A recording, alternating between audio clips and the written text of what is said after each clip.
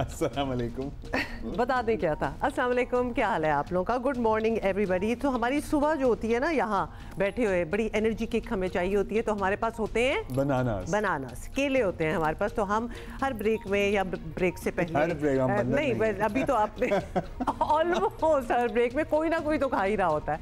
In any case, what luck does Lahore Qalandar have?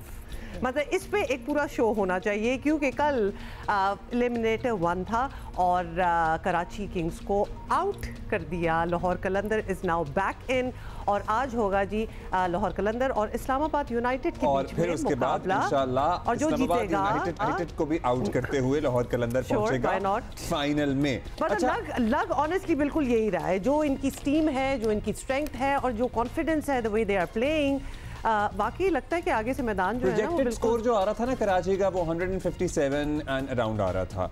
उसके बाद जब 190 बन गए तो फिर हमें टेंशन हुई, क्योंकि एक्स्ट्रास थे, फिर आखिरी कुछ ओवर्स बड़े खतरनाक साबित हुए, कुछ मिसफील्ड्स भी हुई।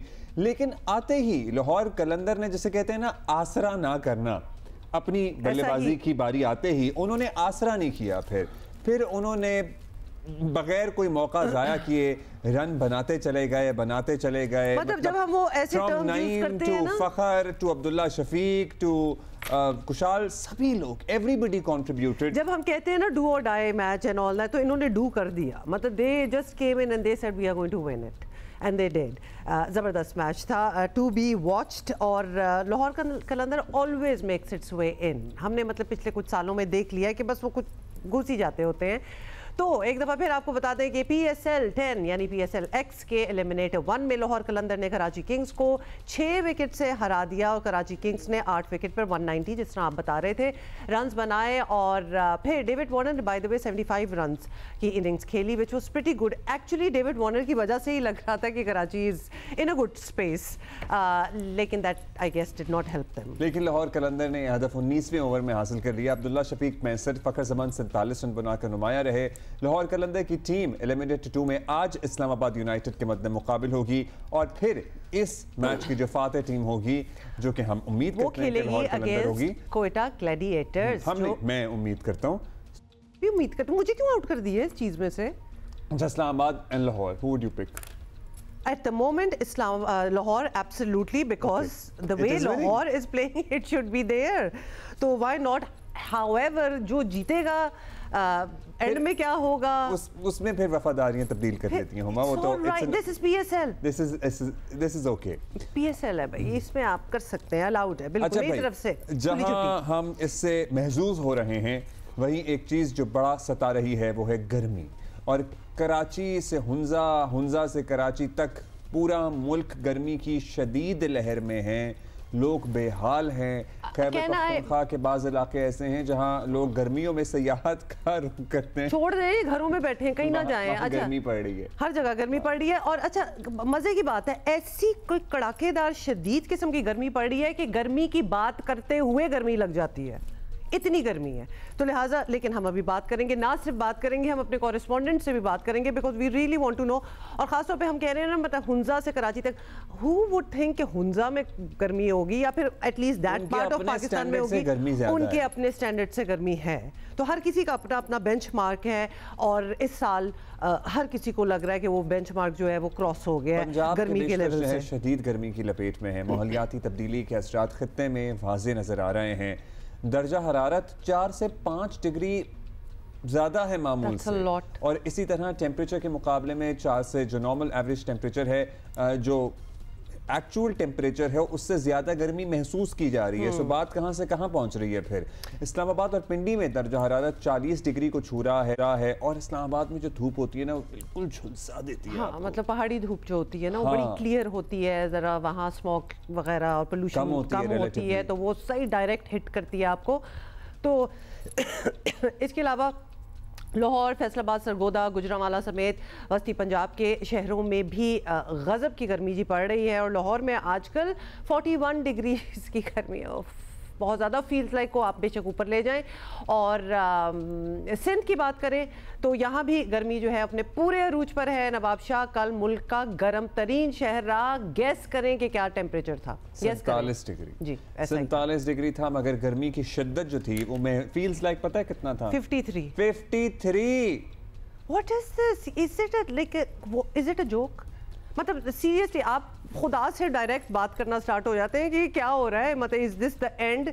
इस किस्म की गर्मी है। बलूचिस्तान के बेशतर अजला में भी शदीद गर्मी पड़ रही है। क्वेटा में दर्जा हरारत 37 डिग्री था। महकमा मौसमियात ने पहले ही रवां हफ्ते मुल्क के बेशतर शहरों में हीट वेव का अलर्ट जारी कर दिया था। अब हम यही कहेंगे आपसे कि प्लीज़ इसमें अपने आप को आप महफूज रखें, छतरी इस्तेमाल करें, तौलिए से अपने आप को ढांपें। डायरेक्ट सनलाइट का एक्सपोजर आपको है भी तो ये जो दोपहर के औकात होते हैं इसमें ज़रा इज्तनाब करें। पानी का इस्तेमाल करें और पानी में भी हल्का सा नमक और 1-2 कतरे नींबू डाल दिया करें, क्योंकि नमकियात आपकी ज़ाया हो रही होती हैं मुसलसल। मतलब वो भी अपने डॉक्टर से पूछ के, अगर आप हाइपरटेंशन के मरीज हैं। Fruit juices, fresh fruit juice, जैसे कल आप क्या कह रहे थे, गन्ने का जूस जो मैं सुबह आपको बता रहा था कि फालसे और गन्ने का रस मिला के मैंने पिया। फालसे का तो वैसी तासीर ज़रा ठंडी ठंडी होती है, गर्मियों में पीना अच्छा लगता है। तो ये सारी चीज़ें करें। और माँ बाप जो है ना वो ज़रूर अपने बच्चों को, वो एक होता है ना कि घर के बाहर भी खेलने की इजाज़त होती है थोड़ी 1-2 घंटे के लिए। This is not the month और द डेज फॉर इट। अभी बहुत गर्मी है। जब 6 बजे के बाद आप कुछ सूरत हाल देखें, नहीं तब भी ना जाए। 6 बजे के बाद तो वैसे ही ना बच्चों भेजें, फिर अंधेरा होना स्टार्ट हो जाता है। इससे पता क्या होता है, गैस्ट्रो और डायरिया वगैरह ये भी सारा कुछ फैल रहा है। फल ज़रा सा 19-20 होता है, उससे आपका पेट ख़राब हो जाता है। सो खाने पीने में भी बहुत एहतियात करें। Doctor Tayyab Shah GM technical वो होंगे हमारे साथ थोड़ी देर में, लेकिन पहले हम अपने कॉरेस्पॉन्डेंस रिपोर्टर से तो बात कर लेना कि क्या ग्राउंड रियलिटी तो हमें पता चले। उमे फरवा हमें ज्वाइन कर रही हैं लाहौर से और शवाला हमें ज्वाइन कर रही हैं यहाँ कराची से। उमे फरवा, पहले आपकी तरफ ज़रा गर्मी के हालात। लाहौर में तो बहुत गर्मी पड़ रही है, बताएं। जी बिल्कुल, लाहौर में तो वैसे तो 48 तक गर्मी की शिद्दत का एहसास किया है, और लेकिन कल से ये देखने में आ रहा है कि हवाएं चल रही हैं, जिसके बाद से गर्मी की शिद्दत का जो एहसास था वो 42 तक गया है और टेम्परेचर 40-41 तक जा रहा है। और सबसे अच्छी बात ये है कि जो महकमा मौसमियात के मुताबिक ये प्री मानसून सीज़न जो है उसका आगाज़ हो रहा है, जिसकी वजह से हवाएं चलना शुरू हुई हैं। और जो शुमाली इलाका जात हैं उनमें आज से बारिश की पेशगोई की जा रही है कि तेज़ हवाएं भी चलेंगी और साथ में बारिश भी हो सकती है। तो उससे आइंदा आने वाले जो दिन हैं उनमें देखने में आएगा कि टेम्परेचर जो है उसमें फ़र्क पड़ेगा, और जो गर्मी की शिद्दत है उसमें भी फ़र्क पड़ेगा। इसमें यहाँ पर इस साल जो गर्मी की शिद्दत का एहसास मई में ही 48 तक गया है, उसके हवाले से तो आइंदा आने वाले दिनों में यही कहा जा रहा है कि लोग जो है एहतियात बहुत ज़्यादा करें। और इस टेम्परेचर की वजह से लोगों में नज़ला ज़ुकाम, बुखार की ये वाला वायरल इन्फेक्शन बहुत ज़्यादा देखा है। जब अमूमन मौसम चेंज होता है तो उसमें ये इन्फेक्शन होते हैं, लेकिन इस दफ़ा स्टमक का प्रॉब्लम बहुत ज़्यादा, नज़ला ज़ुकाम का बहुत ज़्यादा, डेंगू भी हो रहा है लोगों को, कोविड के सिम्टम्स भी आ रहे हैं। तो ये वाली बीमारियां भी बहुत ज़्यादा ना फैली हैं, तो इसलिए टेम्परेचर जितना ज़्यादा बढ़ा है। उम्मे फरवा हमें लाहौर से अपडेट कर रही थी। अभी हम शवाला के पास चलेंगे। शवाला, बताइएगा कराची में क्या सूरत है और अच्छा कराची में डील कर रहे हैं। और ये वायरस की शवाला हम बात कर रहे थे ना, कराची में भी बहुत फैला हुआ है। एडिनो वायरस इसका नाम है, और इसमें बाय द वे खांसी, कोल्ड, फीवर वो हो जाता है, सर में बहुत दर्द होती है, बॉडी एक्स होती है, बहुत कुछ हो रहा है एक्चुअली। तकरीबन हर एक को ही हुआ है। हाँ, ऑलमोस्ट। शवाला बताइए। देखिए, अगर हम कराची में गर्मी के हवाले से बात करें तो थोड़ा समझना इसमें ज़रूरी है। बहरा अरब में इस वक्त जो हवा का कम दबाव है वो तश्कील पा चुका है। कराची से वो इस वक्त 717 किलोमीटर की दूरी जुनूब मशरक़ में इस वक्त वो मौजूद है। कहा यह जा रहा है कि अगले 36 घंटों के दौरान ये जो शिद्दत है वो अख्तियार कर सकेगा और डिप्रेशन की शक्ल इख्तियार कर लेगा। लेकिन एज़ ऑफ नाउ कोई साइक्लोन इसको हम नहीं कह सकते, लेकिन अगर ये साइक्लोन बना तो इसका नाम शक्ति भी तजवीज़ किया जा रहा है। और ये कहा जा रहा है कि इसके ज़ेर असर ही, क्योंकि ये लो प्रेशर एरिया है, इसके ज़ेर असर कराची में जो गर्मी की शिद्दत है वो काफ़ी ज़्यादा रहेगी। प्रेडिक्शन ये की जा रही है कि 24 मई से जो गर्मी है वो काफ़ी ज़्यादा होगी। दर्जा हरारत 2 से 3 डिग्री सेंटीग्रेड ऊपर ही जाएंगे। मैं आपको बताऊं कि 40 to 41 डिग्री सेंटीग्रेड तक जो टेम्परेचर है वो जा सकता है, और जो फील लाइक है वो इससे भी कई ज़्यादा होगा। क्योंकि ह्यूमिडिटी काफ़ी ज़्यादा होगी तो जो फील लाइक है वो बहुत ज़्यादा होगा और काफ़ी ज़्यादा जो एक्सपेक्ट है वो गर्मी कराची में इस वक्त की जा रही है। लेकिन कब तक बताया गया है शवाला कि 24 से कब तक ये सिलसिला ये जारी रहेगा, किस तारीख तक? देखिए 24 से ये तकरीबन 1 जून तक ये सिलसिला जारी रहेगा। गर्मी जो है वो इस तरीके से बरकरार रहेगी। साइक्लोन की शक्ल उसने अभी तक तैयार नहीं किया, अलबत्ता तो सिचुएशन जो है वो 30 तक जो है वो क्लियर हो जाएगी, लेकिन 50% चांसेस हैं। लेकिन फिर भी कराची में बात करें तो कराची में अभी तक तो कोई भी बारिश की प्रेडिक्शंस नहीं है, सिर्फ गर्मी ही है। और बताया जा रहा है कि उस दौरान जब 40 to 41 डिग्री सेंटीग्रेड होंगे तो हवाएं भी मुअत्तल होंगी। तो अब देखें बीमारियां तो इस हवाले से फैलती हैं। कराची में डायरिया भी इस वक्त काफ़ी ज़्यादा फैला हुआ है क्योंकि जो लोग हैं वो गैर मियारी ग़िज़ा खा रहे हैं, आलूदा पानी का भी इस्तेमाल कर रहे हैं। तो काफ़ी ज़्यादा जो इस वक्त सिचुएशन है वो इस तरीके से है कि अभी गर्मी नहीं पड़ी, सिचुएशन ऐसी है, गर्मी ज़्यादा पड़ेगी। राइट उम्मे फरवा, अब लाहौर की भी जो गर्मी है बताएं कि हीट कैंप्स जो होते हैं हीट स्ट्रोक के लिए वो भी आप देख रही हैं कुछ ज़्यादा हैं मामूल से, ऑल्दो इस मौसम में लग जाते होते हैं इधर उधर, लेकिन ये मौसम भी तो कोई अनप्रेसिडेंटेड टाइप ही गर्मी है। जी बिल्कुल, यहाँ पे अमूमन होता था कि जब हीट स्ट्रोक होता है कि लोगों की सेफ्टी के लिए कैंप्स लगाए जाते थे, मशरूबात या पानी दिया जाता है। इस दफ़ा कोई भी कहीं पे भी ऐसे कोई इंतजामात जो हैं वो देखने में नहीं आए, सवाए इस आगाही मैसेजेस के ज़रिए कि बस आप लोग धूप से बचे, 30 जगहों पे रहें, पानी का इस्तेमाल करें।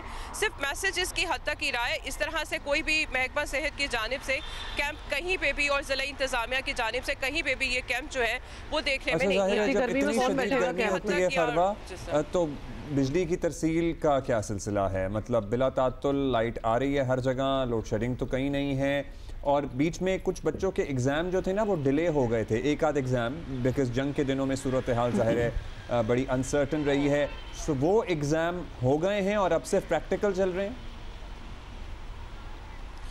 देखिए सबसे पहले तो वो जो जब जंग की सूरत हाल हुई, बच्चों के एग्ज़ाम्स जो थे ख़ास तौर पे इंटर के और सेकेंड ईयर के जो हो रहे थे और मैट्रिक के प्रैक्टिकल्स थे जी, तो वो उस वक्त तो पोस्टपोन हो गए। लेकिन अब ये है कि उनकी नई तारीख का जो है वो दे दी गई है और उसके मुताबिक इस वक्त जो है फर्स्ट ईयर के एग्ज़ाम्स भी शुरू हो गए हैं, सेकेंड ईयर के भी चल रहे हैं, इसके साथ साथ प्रैक्टिकल्स भी लिए जा रहे हैं। वो तो सिलसिला, उसके अलावा बच्चों को ख़ास तौर पे जो एग्ज़ाम्स लिए जाने थे वो भी रोक दिए गए थे, क्योंकि आपको पता है समर वेकेशन से पहले तमाम चाहे सरकारी चाहे प्राइवेट स्कूल्स हैं तो वो मिड टर्म्स लेते हैं। तो इन दिनों में अब मिड टर्म्स चल रहे हैं और 28 तारीख से तमाम स्कूल जो है पंजाब के, चाहे वो सरकारी है या प्राइवेट है, वो बंद कर दिए जाएंगे।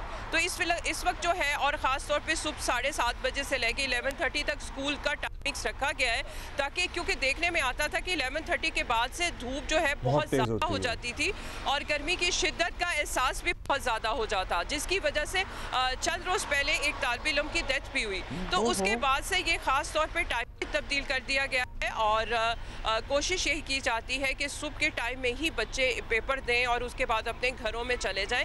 और जो आफ्टरनून स्कूल्स थे सरकारी, ख़ास तौर पे पंजाब के अंदर, उनमें तो 21 तारीख से ही छुट्टी दे दी गई है, क्योंकि एक क्लास में आपको पता है 60-50 बच्चे होते हैं और सफोकेशन ज़्यादा होती थी, बच्चों के लिए पढ़ाई मुश्किल थी। और उसी टाइम पे गर्मी की जो शिद्दत थी वो 47, 46 की फील, 48 की फील चल रही थी। तो इसलिए महकमा तालीम पंजाब ने जो आफ्टरनून स्कूल थे जो कि 12 बजे के बाद लगते थे, उनको छुट्टियां दे दी हैं। 21 तारीख से वो मुकम्मल तौर पे बंद हो चुके हैं। इस वक्त सिंगल शिफ्ट के साथ जो है सरकारी स्कूल चल रहे हैं। ओके, गोइंग टू शवाला नाउ, और कराची के हवाले से भी एक तो ये हीट कैंप्स वाला बता दें कि यहाँ कोई इस किस्म की सहूलत है लोगों के लिए, और स्कूल्स हमें पता है कि काफ़ी स्कूल्स वैसे बंद भी हो चुके हैं, है ना अब्दुल्ला? ऐसा ही है, आप बता रहे थे कि आपके भी प्राइवेट स्कूलों में तो काफ़ियों में छुट्टियां हो गई हैं, छोटे बच्चों को तो एटलीस्ट हो गई हैं। तो वैसे क्या डिसाइड हुआ है कि कब होंगे सारे स्कूल्स, यूनिवर्सिटीज़ वगैरह सब कुछ बंद हो जाएगा, कॉलेज? देखिए, अगर हम हीट कैंप्स की बात करें तो कराची में जब कुछ ज़्यादा ही जो टेम्परेचर है वो राइज पर चले जाते हैं और जब काफ़ी ज़्यादा अलर्ट जारी किया जाता है तो उसके बाद थोड़ी बहुत जो इकदामात हैं वो हमें देखने को मिलते हैं और यहाँ पर जो हीट कैंप्स है वो भी लगा दिए जाते हैं। लेकिन एज ऑफ नाउ अगर हम बात करें तो ऐसा कोई एक्टिवली जो हीट कैंप्स हैं वो हमें यहाँ पर ज़िले तौर पर भी नहीं दिखाई दे रहे ज़िला इंतज़ामिया की जानिब से। लेकिन अस्पतालों में अगर बात करें तो जो हीट स्ट्रोक के वार्ड्स हैं वो कायम कर दिए गए हैं कि इन केस अगर जो हीट स्ट्रोक के पेशेंट्स हैं वो आते हैं तो उनके लिए तमाम सहूलियात सहूलियात मौजूद हों। प्राइवेट में तो जहाँ तमाम तर सहूलियात मौजूद है, वहाँ गवर्नमेंट में भी हम ये देख रहे हैं कि मुख्तलिफ वार्ड्स, खुसूसन अगर मैं आपको बताऊँ कि जैसे हमने रिपोर्ट किया था कि डायरिया के भी जो केसेस काफ़ी बढ़ रहे हैं, तो उसमें भी यही सूरत हाल है कि जो अस्पताल हैं वहाँ पर खुसूसी जो वार्ड्स हैं वो कायम कर दिए गए हैं, ताकि जो अगर कोई सर्ज होता है खुदा न खास्ता किसी भी वायरस में या किसी भी बीमारी में, तो तैयारी तमाम तर हो। लेकिन एक्टिवली अगर हम बात करें तो एक्टिवली कोई रोल ज़िला इंतज़ामिया की जानिब से, महकमा सेहत की जानिब से प्ले नहीं किया जा रहा है, क्योंकि प्रेडिक्शंस काफ़ी पहले से थी। बताया जा रहा था कि 24 मई से ही मौसम ऐसे रहेगा। स्कूल की जहाँ तक बात करें, को हम शुक्रिया कहेंगे क्योंकि गर्मी हमें पता है बाहर। Thank you so much for being out in the field and reporting in such heat. अच्छा, एक और चीज़, टेम्परामेंट भी बड़ा ऑफ हो जाता है। गर्मी होती है ना, मूड ऑफ रहता है, गुस्सा भी जल्दी चढ़ जाता है। तो अपने आप को ज़रा लिटरली मतलब फिजिकली तो ठंडा रखने की कोशिश करें, अपने माइंड को भी थोड़ा सा ठंडा रखें। बिकॉज अगर आपको लग रहा है कि आपको छोटी छोटी चीज़ों पे गुस्सा चढ़ रहा है, तो it is because of the weather, it does effect you know. तो वो उसका इदराक ज़रूर रखें और ईजी रहें एक दूसरे के ऊपर। अच्छा जी, डॉक्टर तैयब शाह साहब हमारे साथ मौजूद हैं, GM टेक्निकल NDMA। बहुत शुक्रिया डॉक्टर साहब। डॉक्टर साहब, अभी जो टेम्परेचर्स नोटिस किए जा रहे हैं, आप लोग ज़ाहिर हैं लिजोन होंगे, महकमा मौसमियात के भी, ये कितने मुख्तलिफ हैं और कितना हम क्लाइमेट चेंज के असरात अब अपने खित्ते पे महसूस कर रहे हैं ओवरऑल? जी अस्सलाम वालेकुम। नेशनल डिज़ास्टर मैनेजमेंट अथॉरिटी जो डेटा मौजूद है हमारे पास, जो कि एक कंसेंसस बेस्ड डेटा है, जिसमें ना सिर्फ Pakistan meteorological department but regional meteorological organisations, जिसमें world meteorological organisation, south Asian climate outlook forum and also intergovernmental panel of climate change के जो डेटा है, उससे ये बात एक एस्टेब्लिश्ड फैक्ट बन चुकी है कि पाकिस्तान और सिर्फ ना ही पाकिस्तान बल्कि पूरा साउथ एशिया जो है वो उसमें मौसम की शिद्दत में बतदरीज इजाफा हर साल हो रहा है। और इसमें पाकिस्तान, चूँकि अगर हम लास्ट ईयर भी पाकिस्तान का देख लें हिस्टोरिकल रिकॉर्ड, तो लास्ट ईयर भी जो हमारी मौसम में शिद्दत थी, पर्टिकुलरली हीट वेव के इंसिडेंट्स एंड ऑल्सो जो मौसम में गर्मी की शिद्दत थी वो काफ़ी ज़्यादा थी। इस साल अनलकीली वही ट्रेंड बरकरार है और ये भी साल जो रिकॉर्डेड हिस्ट्री में गर्म तरीन साल में इसका शुमार है। अनलकीली पाकिस्तान का जो सिंध का इलाका है, ये अब दुनिया का एक सबसे गर्म तरीन इलाके में इसका शुमार है। हत्ता कि पाकिस्तान की जो टेम्परेचर वेरिएशन है, इसकी जो variation from north to south, इसमें एक बहुत बड़ी एक वाइड स्पेक्ट्रम या स्प्रेड डेवलप हो चुका है। यानी हमारा जो मौसम है वो अलास्का के ठंडे तरीन मौसम से लेते हुए सहारा डेजर्ट के गर्म तरीन मौसम दोनों इसमें शामिल हैं। मतलब at some point we are experiencing -2, -3 in summers and in some areas we are 53, 54. Doctor Tayyab, ये यूजुअली ये बड़ी अच्छी बात मानी जाती है कि आपके मुल्क में वैरायटी ऑफ मौसम हो, लेकिन it's not shooting us. Exactly, particularly technical language में जब आपके पास टेम्परेचर की वेरिएशन एक बहुत ज़्यादा हो, जिसको हम हाइपर क्लाइमेटिक वेरिएशंस कहते हैं, ये हाइपर क्लाइमेटिक वेरिएशंस हमेशा एक्सट्रीम वेदर इवेंट्स को ज़्यादा मैनिफेस्ट करती है। यानी ऐसे रीजन्स जहाँ पे हाइपर क्लाइमेटिक वेरिएशंस होंगी, वहाँ पे वेदर में एक्सट्रीम इवेंट्स आना एक मामूल बन जाएगा। और यही चीज़ पाकिस्तान में अब देखने को मिल रही है। जैसा कि मैंने पहले ये कहा कि सिंध, जो पाकिस्तान का सिंध और ऑल्सो जो southern tip of southern portion of the Balochistan, Turbat का इलाका, वाशुक, चागी और साथ साथ पूरा सिंध, टंडवाला, टंडू मोहम्मद खान, जाम शोरो, ये सारे वो इलाके और साउथ पंजाब, ये एक गर्म तरीन इलाकों में इनका अब शुमार होता है। अच्छा, ये एक बिकॉज ये क्यूरियोसिटी है, we talk about a lot, हर साल ही ऑलमोस्ट और ज़्यादा गर्म हो जाता है मौसम, तो हम ज़रा अलार्म हो जाते हैं। डॉक्टर ये बताइएगा कि ह्यूमन अडेप्टेबिलिटी कैपेसिटी कितनी होती है? मतलब हर साल ही अगर ये मौसम जो है इसने बढ़ना ही है और टेम्परेचर राइज करना है, तो दुनिया में मतलब कब तक सर्वाइवल चलेगा? दिस इज क्योंकि एट सम प्लेसेस तो हीट स्ट्रोक से जाने जा रही हैं लोगों की, they can not take the heat. मतलब क्या हमें अपने कुछ इलाके इनहैबिटेबल नजर आ रहे हैं? कुछ ऐसा होगा फिर? जी, अल्लाह ताला ने इंसान के जिस्म में एक थर्मो रेगुलेशन यानी एक रेगुलेटर डेवलप किया हुआ है, जो कि अपनी बॉडी की जो जितनी भी थर्मल जो एक्टिविटीज़ हैं उसको रेगुलेट करती है। नॉर्मली सिंस जो इंसान हैं उनकी टेम्परेचर की रेगुलेशन 36 से 37 डिग्री सेंटीग्रेड के दरमियान में हमारी बॉडी की टेम्परेचर को मेंटेन किया जाता है, बॉडी का इंटरनल डिफेंस मैकेनिज्म। लेकिन चूंकि जब गर्मी की शिद्दत 37 डिग्री सेंटीग्रेड से बियॉन्ड हो जाए तो बॉडी के अंदर इंटरनल एक होमोस्टेसिस या एक थर्मल रेगुलेशन प्रोसेस स्टार्ट हो जाता है और body starts working against the heat. और नॉर्मली ऐसी जगह जहां पे कंटिन्यूस एक्सपोजर ऑफ हीट ज़्यादा होगा तो बॉडी एक हीट स्ट्रेस में जाएगी, यानी जो आपकी इंटरनल थर्मो रेगुलेशन है वो कंटिन्यूस एक्टिविटी की वजह से उसमें एग्जॉस्ट होगा। और obviously long exposure of heat जैसा कि पीक हीट आवर्स के अंदर अगर बॉडी की इंटरनल थर्मल रेगुलेशन एग्जॉस्ट हो जाए तो तब जो है इंसान एक हीट स्ट्रेस में जाता है। और heat stress is not only कि आपकी बॉडी जो है उसमें इलेक्ट्रोलाइट्स की कमी हो जाए या बॉडी जो है वो ज़्यादा एग्जॉस्ट हो जाए। इसके अलावा there are number of other spectrums of the diseases जिसको हम कंप्लीट हीट स्पेक्ट्रम कहते हैं। और हीट स्पेक्ट्रम में जैसा कि कार्डियोवैस्कुलर डिजीजेस का भी ज़्यादा बनना, जैसा कि आप अभी भी इस प्रोग्राम में ही बताया जा रहा था कि मल्टीपल जो है वायरसेस जो हैं वो भी एक्टिवेटेड हैं। तो ये हीट स्पेक्ट्रम में हम वो तमाम चीजें देखते हैं जब थर्मो रेगुलेशन एग्जॉस्ट हो जाए तो नंबर ऑफ डिजीजेस जो है वो हीट स्पेक्ट्रम के अंदर। अच्छा, अब एनडीएमए इस सिलसिले में क्या कर रहा है? ये जो कंडीशंस हैं जो अक्रॉस द कंट्री ही महसूस की जा रही हैं पर्टिकुलरली मतलब, और आगे बारिशों की क्या प्रेडिक्शन है? क्या मामूल से कम होंगी, ज्यादा होंगी? क्योंकि हमें फिर ये भी खदशा हमारे सर पे खतरा मंडलाने लगता है ना, सैलाब ना आ जाए। सो एनडीएमए ने क्या अब तक तैयारी की है मौजूदा हीट वेव से निपटने की? ठीक है, national Disaster Management authority continuously projections करता है डिफरेंट हैजर्ड्स की, चाहे वो हीट वेव हो, चाहे वो सैलाबी सूरत हाल हो या किसी भी किस्म की एक हैजर्ड यानी कोई भी खदशा जो पाकिस्तान में आने वाले 6 महीनों में जो कहीं भी हो सकता है। इसके अकॉर्डिंगली एनडीएमए का सबसे मेजर रोल जो है वो ये है कि हम डिफरेंट हैजर्ड्स की एक projection and as well as उनकी गाइडलाइंस डेवलप करते हैं। मार्च के महीने में हमने एक consolidated heat wave guideline develop की जिसके अंदर कंप्लीट रिस्पॉन्सिबिलिटी मैट्रिक्स हमने डेवलप कर दिया। सिंस के डिजास्टर मैनेजमेंट पाकिस्तान में एक डिवॉल्व सब्जेक्ट है, फेडरल लेवल पे नेशनल डिजास्टर मैनेजमेंट अथॉरिटी जो है वो सूबों के डिजास्टर मैनेजमेंट सिस्टम में हम आहंगी और एक साइनर्जी क्रिएट करता है।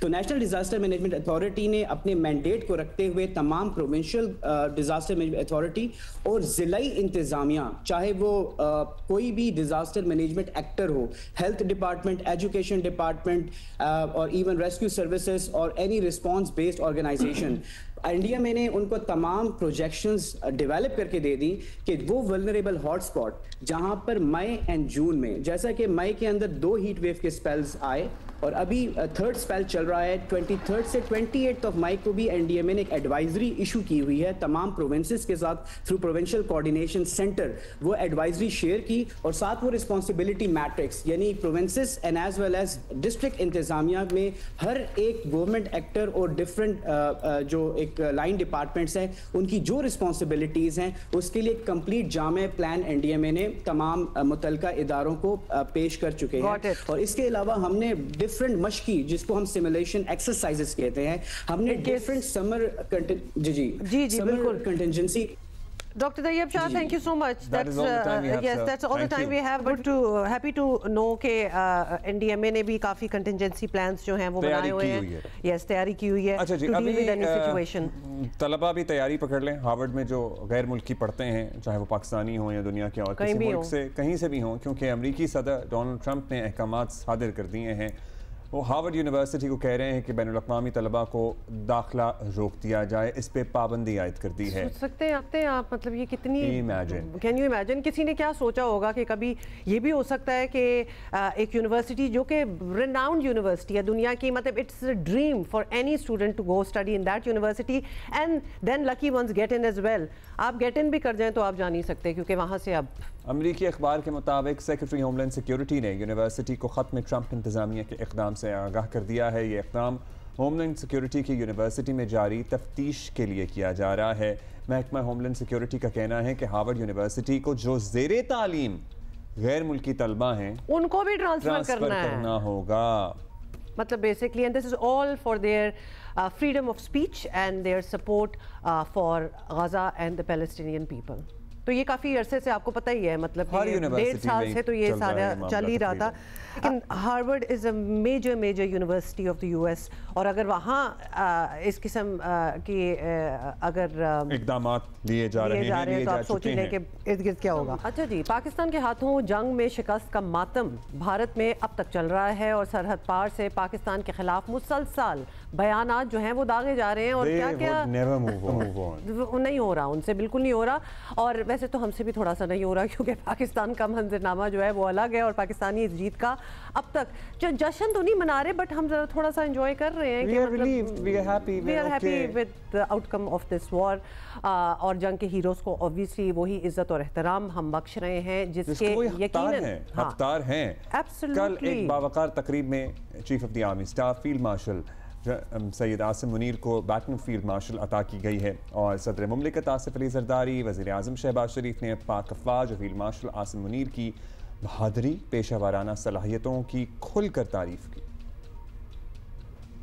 अब सरकार 100 मरतबा सोचेगी पाकिस्तान के ऊपर दोबारा हमला आवर होने के लिए, कि उसको पता चल गया कि हमारी बरी फौज, हमारी फ़ज़ाई फ़ौज और हमारी बहरी फ़ौज मिलकर पूरी तरह तैयार हैं, और जिस तरह इन 4 दिनों में 6 तारीख से लेकर 10 तारीख तक जो हिंदुस्तान को सबक सिखाया गया, मेरी नज़र में 1971 की शिकस्त का अल्लाह ताला ने बदला लिया है आज इस मौके के ऊपर।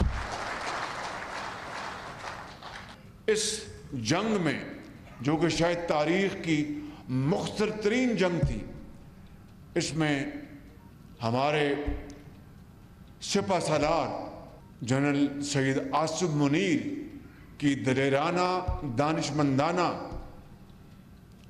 और अल्लाह ताला पर तवक्कुल, उनकी क़यादत, लीडरशिप ने अल्हम्दुलिल्लाह बेपनाह कामयाबियाँ अता फरमाई। मैं यहाँ से, मुज़फ़्फ़राबाद से, मैं श्रीनगर ये पैगाम देना चाहता हूँ कि आप पाकिस्तान को अपनी अजीम तहरीक में किसी तौर पर भी पीछे नहीं पाएंगे। हर लिहाज से इख़लाक़ी, सफारती, सियासी सपोर्ट पाकिस्तान की आपके शामिल हाल होगी, और इंशाअल्लाह वो दिन आएगा जब कश्मीर बनेगा पाकिस्तान, और वो दिन आएगा जब इंशाअल्लाह कश्मीरियों को उनका हक मिलेगा इंशाअल्लाह।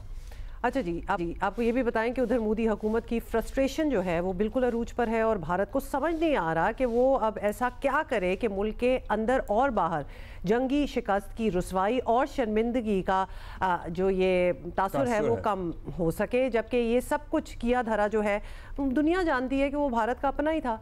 अब पाकिस्तान समझ रहा है कि बलूचिस्तान में अपनी प्रॉक्सी के जरिए स्कूल बसों पर हमले भारत की उसी फ्रस्ट्रेशन का नतीजा है। सेनेटर शहरी रहमान का सेनेट इजलास में कहना था कि कल अदम BLA को भारत से पूरी तरह मदद मिल रही है, और वज़ीर दिफा ख्वाजा आसिफ ने साफ कहा कि बलूचिस्तान में भारत के मुलव्विस होने के सबूत पाकिस्तान के पास मौजूद हैं। We still have not gone into the front lines of despair. We are a resilient, hopeful, strong nation, and what has happened here is that people don't realize Pakistan has been fighting a punishing battle against terrorism, both in the shape of the TTP coming in from Afghanistan, and in the shape of groups such as the BLA, which are funded, secured, financed, and organized. I'm going to say it as it is. We have been too diffident in our diplomacy, with footprints from our neighbor India.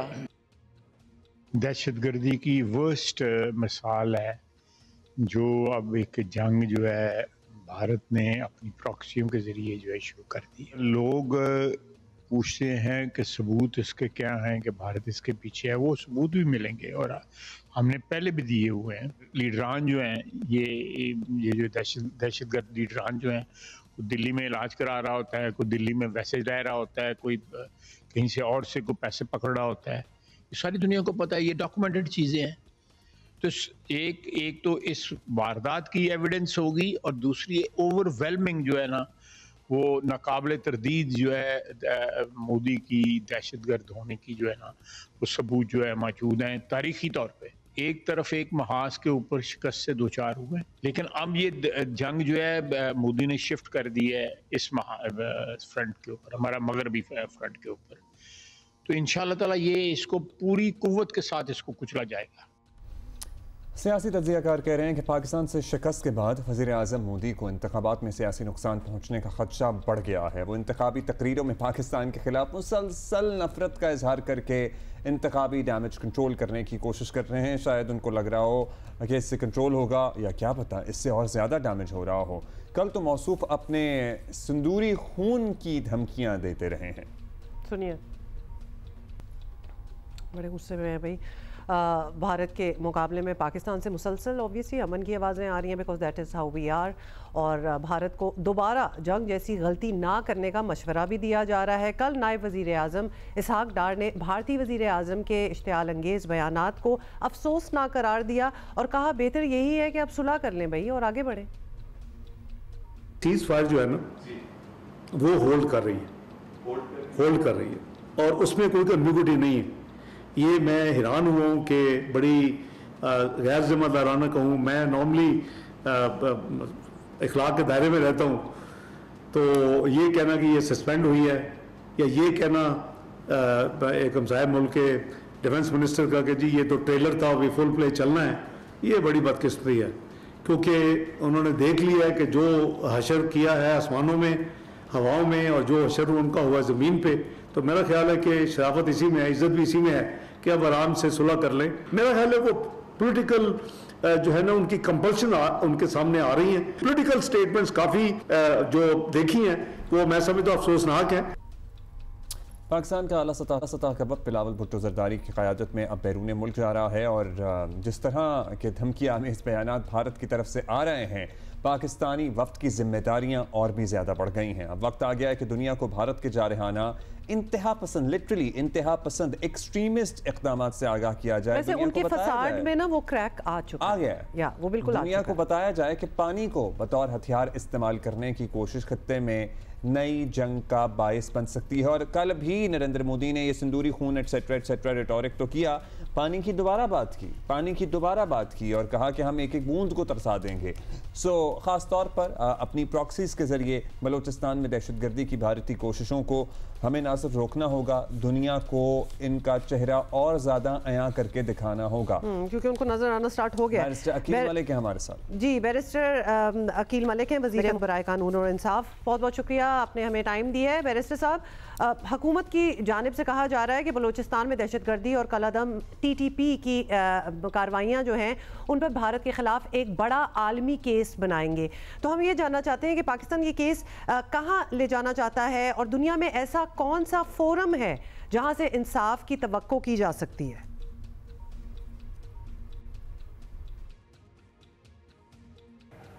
बिस्मिल्लाहिर्रहमानिर्रहीम, सुबह बखैर, बहुत बहुत शुक्रिया।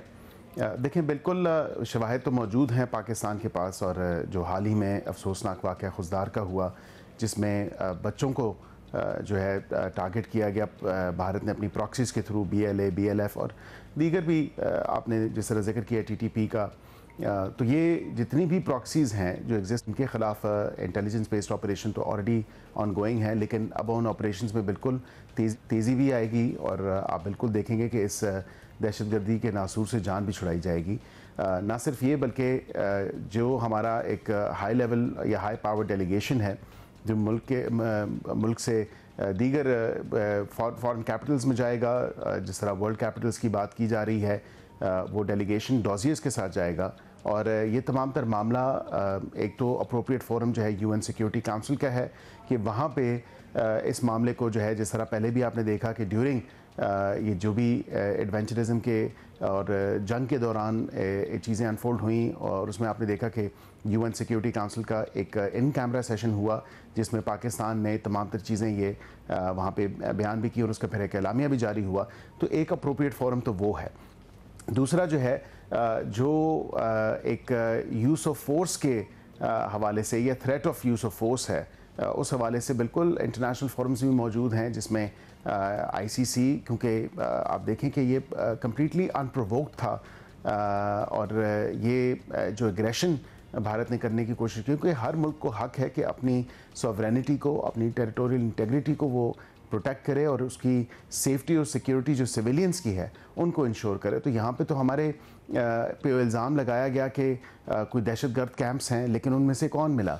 उनमें से target किया गया बहावलपुर में या दीगर मुजफ्फराबाद में या दीगर मकामात पे बच्चों को टारगेट किया गया, ख़वातीन को टारगेट किया गया। इसी तरह ज़ईफ़ उलम जो अशख़ास थे उनको टारगेट किया गया। तो सिविलियंस को जब आप टारगेट करते हैं तो that's really war crime, an act of war जो आप आउटराइट उसमें कर रहे हैं। तो हम जितने भी फोरम्स अवेलेबल हैं इंटरनेशनली, बैनुल-अक़वामी सतह पे, तो हम बिल्कुल उनको इंगेज कर रहे हैं through our diplomacy and diplomatic front पे, पर उसके साथ साथ जो पॉसिबल मेजर्स हैं इन द लीगल रेल्म हम बिल्कुल वो भी एक्सरसाइज करेंगे और तमाम तर मामलात को जो है with both legal and diplomatic जो स्ट्रैटेजीज़ हैं उनको इफ़ेक्टिवली यूज़ करते हुए हम भारत के इस मकरू चेहरे को बेनकाब कर रहे हैं और बेनकाब कर भी चुके हैं, और दुनिया को बताएंगे कि भारत ने जो जारियत की है, भारत ने जो अनप्रोवोक्ड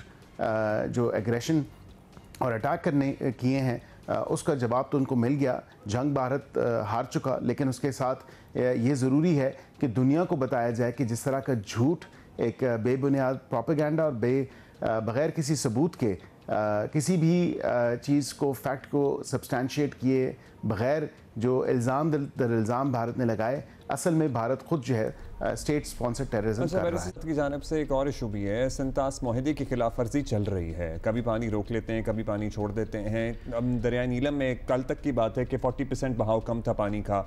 हुकूमत मुज़ाकरात शुरू होने पर यह मामला उठाएगी। आपके ख्याल में इंडस वाटर ट्रीटी की बहाली मुज़ाकरात शुरू होने की पहली शर्त होनी चाहिए? देखें भारत के पास इंफ्रास्ट्रक्चर तो मौजूद नहीं है कि वो पाकिस्तान का पानी रोक सके, और क्लियरली वाटर को एज ए वेपन इस्तेमाल करके जो भारत करना चाह रहा है, या पानी की जो वेपनाइजेशन भारत ने सोची हुई है, वो पाकिस्तान कभी भी नहीं होने देगा। 2-4 दिन 5 दिन वो पानी रोक लेता है जब उसके डैम्स भर जाते हैं, और अब आगे आप देख रहे हैं मानसून का सीज़न है, तो भारत के पास ना तो कैपेसिटी है, ना ही कैपेबिलिटी है कि वो पाकिस्तान का पानी रोक सके। हाउएवर, हैविंग सेड दैट, मैं ये ज़रूर कहूँगा कि भारत के साथ जब भी मुज़ाकरात हुए या जिस हवाले से भी हुए, उसमें 3 पॉइंट्स जो हैं वो सर फहरिस्त हो गए। मसला कश्मीर, पानी और दहशतगर्दी, ये तीनों जिसका अंदिया वज़ीर आज़म ने भी दिया, और हमारी हाई लेवल जो डेलीगेशन जाएगी मुख्तलिफ कैपिटल्स ऑफ द वर्ल्ड में, उन्होंने भी यही बात की कि ये 3 नॉन नेगोशिएबल्स हैं। मसला Kashmir, the issue of Kashmir as well as दहशतगर्दी, और उसके साथ साथ सिंतास माहिदा या पानी जिसे कहा जाता है, जो पानी का मसला है, इन तमाम चीज़ों पे जो है ये फोर फ्रंट पे होंगी और ये नॉन नेगोशिएबल है। इनमें किसी किस्म की नेगोशिएशंस नहीं की जा सकती, या किसी किस्म की पोजीशन को चेंज नहीं किया जा सकता, और ये आउटराइट पाकिस्तान की पोजीशन जो है वो क्लैरिटी के साथ मौजूद है और कंसिस्टेंट है, और इसी पोजीशन को हम वाज़ेह तौर पे दुनिया के सामने भी रख रहे हैं और दुनिया के सामने रखेंगे भी। और इसी हवाले से जब भारत के साथ इंगेजमेंट भी होगी, व्हेनेवर दैट मे बी, जब एक बायलैटरल इंगेजमेंट है या किसी थर्ड पार्टी, न्यूट्रल पार्टी या न्यूट्रल जगह पे जाके जो बात हो, तो बिल्कुल ये 3 पॉइंट सरे फहरिस्त होंगे, और मेन बोन ऑफ कंटेंशन भी ये 3 पॉइंट्स ही हैं। जब वो होगा तो तब होगा। अब ये बताइएगा कि हुकूमत और अस्करी क़यादत की जानिब से बार बार ये बताया जा रहा है कि हम अमन ऑब्वियसली चाहते हैं, मुज़ाकरात चाहते हैं, लेकिन भारतीय लीडरशिप तो कुछ और ही कह रही है, और मोदी तो पाकिस्तान की इकॉनमी को निशाना बनाने की धमकियाँ लगा रहे हैं। अब सरहदों का दिफा तो ऑब्वियसली कर लेंगे, और वो हमने देख भी लिया। क्या मईशत पर भारत हमला आवर हो तो उसके लिए भी तैयारी है? देखें, ये उनकी खाम ख्याली है और उनका ख्वाब ही रह जाएगा, क्योंकि अभी फ़िल वक़्त जो हालिया बयानात में आपने देखा कि सदर ट्रंप ने ट्रेड की बात की है, तिजारत की बात की है, और उसी में आपने देखा कि जो आईफोन के हवाले से या उसकी मैन्युफैक्चरिंग के हवाले से जो बातें चल रही थी उसमें अभी हॉल्ट हुआ है। वो भारत में कोई ऐसी चीज़ नहीं हो, ये भी सुनने में आ रही हैं बातें। लेकिन उसके साथ ये ज़रूर मैं कहूँगा कि जो ट्रेड की बात है यूएस की और पाकिस्तान की आपस में बाहमी तजारत की, उस हवाले से आप देखेंगे कि इंशाल्लाह मुस्बत और अच्छी खबरें आइंदा आने वाले दिनों में आएंगी। और उसके साथ एक और चीज़ भी ज़रूरी है, भारत जो ऑपरेशन सिंदूर था, अब उसको मोदी हुकूमत जो है, मोदी उसको बतौर सियासी कार्ड इस्तेमाल करना शुरू हो चुका है। उनकी तकरीरें उठा के अगर आप देखें तो वो इसको एक पॉलिटिकल जो है माइलेज के तौर पे इस्तेमाल कर रहे हैं, जो कि दर हकीकत जो रियलिटी है वो उससे कोसों दूर है। भारत जंग हार चुका है, पाकिस्तान ने जंग जीती है, मार्का हक जो है वो पाकिस्तान के ने फातेह करार पाया है। और अल्हम्दुलिल्लाह अल्लाह के फजलो करम से दुश्मन की कोई भी मैली आंख होगी, वेदर वो हमारी मईशत के ऊपर हो, वेदर वो हमारी टेरिटरी के ऊपर हो, वेदर वो हमारी किसी और हवाले से हो, तो हमने हमेशा उनको मुंह तोड़ जवाब दिया है। और इकनॉमिकली अल्हम्दुलिल्लाह आप देखें जो इकनॉमिक फ्रंट पे गेंस हैं वो इस हुकूमत ने अल्हम्दुलिल्लाह बड़े कम वक्त में अंडर द लीडरशिप ऑफ मियां मोहम्मद शहबाज शरीफ साहब एज प्राइम मिनिस्टर हमने बहुत गेन किया है। और पाकिस्तान की वो मईशत जो डूबती मईशत थी, जो ख़तरों से लाहक मईशत थी, उसको स्टेबिलिटी की तरफ और ग्रोथ की तरफ रमदमा हमने कर रखा है। अच्छा सर, इस पूरी सूरत हाल को सामने रखते हुए अक्सर मुबस्सिरीन ये समझते हैं कि जब तक बीजेपी और मोदी भारत में हुक्मरान हैं, देर पर अमन का चांस बड़ा कम है। क्या मतलब, हुकूमत या पार्टी बदलने का इंतज़ार किया जाए? आप लोगों को क्या लगता है? देखिए, टू ग्रेटर एक्सटेंट मैं एग्री करता हूं, क्योंकि उनका एक हिंदुत्व और आरएसएस का माइंडसेट है जो एक बड़ी क्लैरिटी के साथ पूरी दुनिया के सामने है। अब जाहिर बात है कि जब आरएसएस और हिंदुत्व या अखंड भारत का उनका एक माइंडसेट है या इसी डगर पे उन्होंने चलना है, तो अपनी माइनॉरिटीज़ को, अपने मुल्क में जो भारत में माइनॉरिटीज़ का हशर हो रहा है या इस पूरी जो जंग थी इसके बाद भी आप देखें वहाँ पे मुसलमानों को जो है आज़ादी इज़हार राय के ऊपर भी सुप्रीम कोर्ट तक उनकी जो बेल्स हो चुकी हैं, लेकिन उनको रिलीज़ नहीं किया गया। तो ये कम अज़ कम देखने की ज़रूरत है कि माइनॉरिटीज़ की जो प्रोटेक्शन है वो भारत इंश्योर नहीं कर रहा है, इफ़ एनीथिंग उनको और ज़्यादा सब्जेक्ट कर रहा है और पीनलाइज कर रहा है इस तमाम तर मामले पे। तो भारत बीजेपी की हुकूमत जब तक होगी, वाक़तन मैं समझता हूँ कि मोदी जब तक बिलखुसूस इन पावर होगा, तो तब तक तो जो है को मामलात उस तरफ जाते नज़र नहीं आ रहे। और उसकी वजह यह है कि मोदी का जो माइंड सेट है या जो प्री कंसीव्ड माइंड है, जो एक अखंड भारत के हवाले से या हिंदुत्व या आरएसएस की जो लाइन टो कर रहे हैं या वो जो उनकी स्ट्रैटेजी है उस हवाले से, तो उसमें उनको जो है अपना रवैया, अपनी सोच और अपना जो तरीका है वो बदलना पड़ेगा कि आप एक रीजन में रहते हुए अपनी हेजमनी कायम नहीं कर सकते। आप एक रीजन में रहते हुए इस माइंडसेट के साथ नहीं आ सकते जब आपकी चारों तरफ जो है वो मुसलमान ममालिक हैं और उसके साथ ऐसे ममालिक हैं जो अपनी अहमियत के हामिल हैं और स्ट्रेटिजिकली वो स्ट्रॉन्ग हैं। तो इस तमाम तर पहराए में जो है भारत को अपना तरीका, भारत को अपना रवैया और बिलखुसूस बीजेपी की हुकूमत, आरएसएस का माइंडसेट और मोदी हुकूमत को जो अखंड भारत का जो एक ख्वाब है उसको तर्क करना पड़ेगा। शुक्रिया बैरिस्टर साहब। दैट्स सो ट्रू, बहुत शुक्रिया बैरिस्टर अकील मलिक का ये कहना। और वाकई जब तक ये हुकूमत है तब तक तो बहुत ही हिट एंड मिस वाला सीन चलेगा। शायद थोड़ी सी ऑल्दो इस वक्त देख के नहीं लग रहा कि हमारी कोई गेंस होंगी, कोई दोस्ती तो दूर की बात है, कोई थोड़ा सा ही अमन, कोई पीस रहे, I don't think that's going to happen. और बल्कि बैरिस्टर साहब का भी यही ओपिनियन था। मतलब, और उसके बाद भी अगर बीजेपी की हुकूमत के अलावा भी कोई हुकूमत आ जाती है, कांग्रेस पार्टी की आ जाती है, तो भी जिस तरह का एक पॉपुलर वेव बीजेपी बना के चली गई है, हाँ। आपको पता ही है। And then you have to ride that wave, क्योंकि फिर जो भी हुकूमत आएगी उनको देखना होगा कि अवाम क्या चाहती है। और अवाम क्लियरली, क्योंकि जब आप अवाम के जज्बात इतना भड़का दें तो फिर आप सभी नफरत की सियासत करते हैं और उसी को बेचते हैं। So that is a tragedy indeed. It is और हम भी ये कहते हैं कि यू नो हम रिलैक्स इसलिए बिकॉज हम पीस लविंग हैं। आपके यहाँ आफत इसलिए and when you are in the right, when you know कि आपने कुछ गलत नहीं किया तो देन यू रोके उसका कॉन्फिडेंस कुछ और ही होता है। इजराइल की जानिब से आपको पता है क्या हो रहा है? नस्ल कुशी को आज 596 दिन गुजर गए हैं। फ़लस्तीनियों की हर गुजरता लम्हा इंसानी तारीख का स्याह तरीन दिन बनता जा रहा है। एक नई दास्तान रकम हो चुकी है। जिस तरह दुनिया माजी में होने वाले किस्सों को याद करती है ना, इस किस्सों को भी ऐसे ही याद किया जाएगा। और जो इसमें मुलव्विस रहे हैं उन किरदारों का तारीख क्या हशर करेगी ये वक्त इंशाअल्लाह बताएगा। एक नई हौलनाक दास्तान का इजाफा हो चुका है। गज़ा की फ़ज़ा इंसानी आहों, सिसकियों, मासूम बच्चों के रोते बिलकते चेहरों इनके वजूद से लरज़ रही है, मगर इजराइल की दरिंदगी और सफाकियत में रत्ती बराबर भी कमी नहीं आ रही है। उनके मुताद्दिद रहनुमा, मुताद्दिद लोग हैं जो अब ये कहते हैं कि उनका यही मिशन है। यही वो कह रहे हैं, मतलब आपको लगे ना कि ये कितने लोग मरते चले जा रहे हैं और गलती है and all that, no they want it. वो प्राउडली उसके बाद गिन के बताते हैं कि आज हमने कितने मारे और परसों हम कितने मारे। डीवेपनाइज करना हमास कुछ नहीं है, कोई मिशन नहीं है। मिशन है यहाँ से इनको वाइप आउट करना, लोगों को खत्म कर देना और जो जिंदा बच जाएं वो कुछ भाग जाएं। अच्छा, अब वो ये भी कह रहे हैं हम इनके लिए स्पेशल कैंप्स बना रहे हैं तो प्लीज आप कैंपों में चले जाएं ताकि बाकी जगह आप छोड़ दें और फिर इवेंचुअली उन कैंपों को हमला कर देंगे। मतलब यानी एक ही जगह इकट्ठे हो जाएं, हमें मारने में आसानी होगी। I am sorry, as absurd as it sounds, यही हो रहा है। 24 घंटों में मजीद 85 फ़लस्तीनियों को शहीद किया गया है। शुमाली गजा के इलाकों में अस्पतालों में अद्वियात के गोदामों को निशाना बनाया गया, जिसके नतीजे में आग लग गई, अद्वियात तबाह हो गई, 82 रोज़ हो गए हैं। इजराइलियों ने गजा में इमदादी सामान की तरसील रोक रखी है। मतलब ग़िज़ाई किल्लत से 29 लोग जो हैं वो शहीद हो चुके हैं ऑलरेडी। इस दुनिया में in this day and age भूख से कौन मर सकता है? मर रहे हैं लोग, और मर रहे हैं क्योंकि इनको जानबूझ के भूखा किया जा रहा है ताकि ये उसी से मर जाए। कुछ को हम मार देंगे, कुछ भूख से मर जाएंगे। सर हो गया है कि अक़वाम मुत्तहिदा समेत मगरबी इत्तेहादियों को भी खातिर में नहीं ला रहा।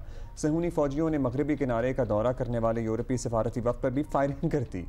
वफ़द ने बड़ी मुश्किल से जान बचाई है अपनी। इटली, स्पेन, फ्रांस और यूरुग्वाई में इसराइली सफ़ीरों को तलब करके वाक़े पर एहतजाज किया गया, जबकि यूरोपी खारजा पॉलिसी सरबराह ने वाक़े की तहकीकात का मुतालबा किया है। कैथलिक ईसाइयों के नए रूहानी पेशवा पोप ने भी इजराइल से गजा में इमदाद की फराहमी फौरी बहाल करने की अपील की है, मगर इजराइल के कानों पर ऑब्वियसली जून मतलब पता नहीं कहना चाहिए, किसी के लिए नहीं कहना चाहिए, लेकिन दरिंदगी पे उतरे हुए थे, दरिंदा बनकर सामने आ रहे हैं। सोचने वाली बात तो ये कि होने दिया जा रहा है। हाँ। मतलब ये कह देना कि ये नहीं करेंगे, प्रोटेस्ट कर रहे हैं, हम ताल्लुकात नहीं रखेंगे फलाना, हालांकि ताल्लुकात सारों के हैं, ये होने दिया जा रहा है ना, फैसिलिटेट हो रहा है। ये अब आ रहे हैं जब ये 500 कितने 596 जब 1.5 साल गुजर गया और 1.5 साल से ये जुल्म चल रहा है, ये बयानात भी अब आ रहे हैं क्योंकि मे भी लोकल लोगों से प्रेशर पड़ रहा है। जो आम आदमी है ना वो प्रेशर डाल रही है, वरना तो किसी ने सोचना भी नहीं था। और नेतन्याहू और इम्बोल्डन होता जा रहा है, वो और जरा शेर होता जा रहा है कि मुझे साल से ऊपर हो गया, किसी ने रोकने की कोशिश नहीं की, कोई रोक सकता नहीं है, तो हम और करेंगे, अब हमारे साथ मारेंगे। तारिक अबुल हसन और अली इमरान सैयद, ये दोनों जब ये तनाज़ा शुरू हुआ था तो इन्होंने इन इलाकों से कवरेज की थी, इनके करीब इलाकों से कवरेज की थी। तारिक अबुल हसन, अब जाहिर है आपका एक तजर्बा भी है रिपोर्टिंग का, क्या आप तक इत्तलात पहुंच रही हैं जो आपके वहाँ सोर्सेज हैं? एक तो बमबारी चल रही है, फिर लोग भूख से मर रहे हैं। जी, सबसे पहले आपने जिस तरह के गज़ा के अंदर शहादतों का जिक्र किया, तो 2 दिन पहले गज़ा की वज़ारत सेहत ने 1000 सफ़ात पर मुश्तमिल एक दस्तावेज़ शाया की है और इसमें उन लोगों के नाम हैं जो कि इन पूरे तनाज़े के अंदर शहीद हुए हैं। इसके जो पहले 100 सफ़े हैं उनके ऊपर 5000 ऐसे नाम हैं जिनकी उम्र 5 साल या इससे कम है, यानी ये 5 साल और इससे कम उम्र के बच्चे हैं जो इस वाक़े के अंदर शहीद हुए हैं। और इब्तदाई जो 18 सफ़ात हैं उसमें उम्र 0 लिखी हुई है, यानी इन बच्चों की उम्र 1 साल से कम थी। तो आप अंदाज़ा लगाएं कि इस वक्त सूरत हाल कहाँ पहुँच गई है। और ये जो 1000 से ज़्यादा सफ़ात की फहरिस्त जारी हुई है, इसके अंदर तकरीबन 52,957 लोगों के नाम हैं।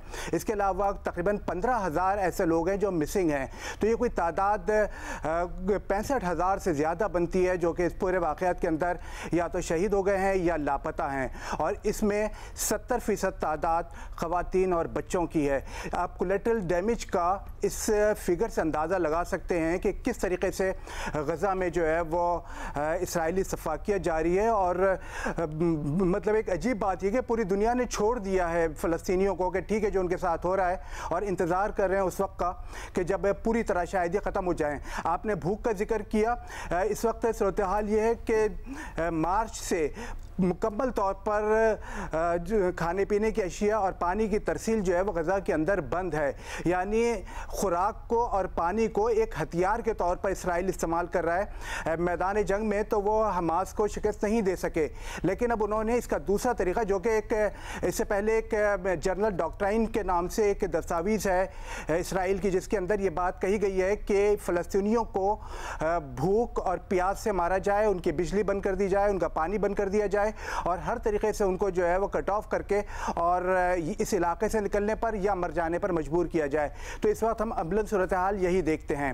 अभी पिछले दिनों जो 100 ट्रक गज़ा के अंदर जाने की इजाज़त दी है, जब बहुत ज़्यादा दुनिया भर से प्रेशर पड़ा इसराइल के ऊपर, लेकिन सूरत हाल ये कि 3 दिन हो गए हैं ये ट्रक को गज़ा में दाखिल हुए, लेकिन ये इमदाद तकसीम नहीं की गई है। और इस बारे में इसराइल का ये कहना है कि ये जो गज़ाई सामान अंदर गज़ा में पहुँचाया गया है, ये अमेरिका के ताउन से और बाज़ अमेरिकी कंपनियों के ज़रिए जो है वो तकसीम किया जाएगा ताकि ये हमास के हाथों में ना लगे। इसलिए ये भी एक कोशिश है कि किसी जो भी खुराक दी जाए उसे फ़लस्तीनियों को तकसीम करने के लिए इस्तेमाल किया जाए।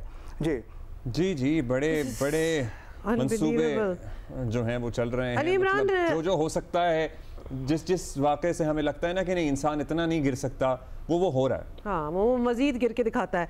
अली इमरान, अपने एक्सपीरियंस से बताइएगा कि जब पिछले साल आप उस इलाके में थे और ख़ुद आपने देखी बमबारी भी थी, लोगों को इवैक्यूएट भी किया जा रहा था, आपको अंदाज़ा था कि ये 1 साल बाद भी यही हालात होंगे? नहीं, यही हालात नहीं होंगे, बल्कि इससे ज़्यादा बुरे हालात होंगे। नहीं, इस तरह का अंदाज़ा बिल्कुल नहीं था हुमा।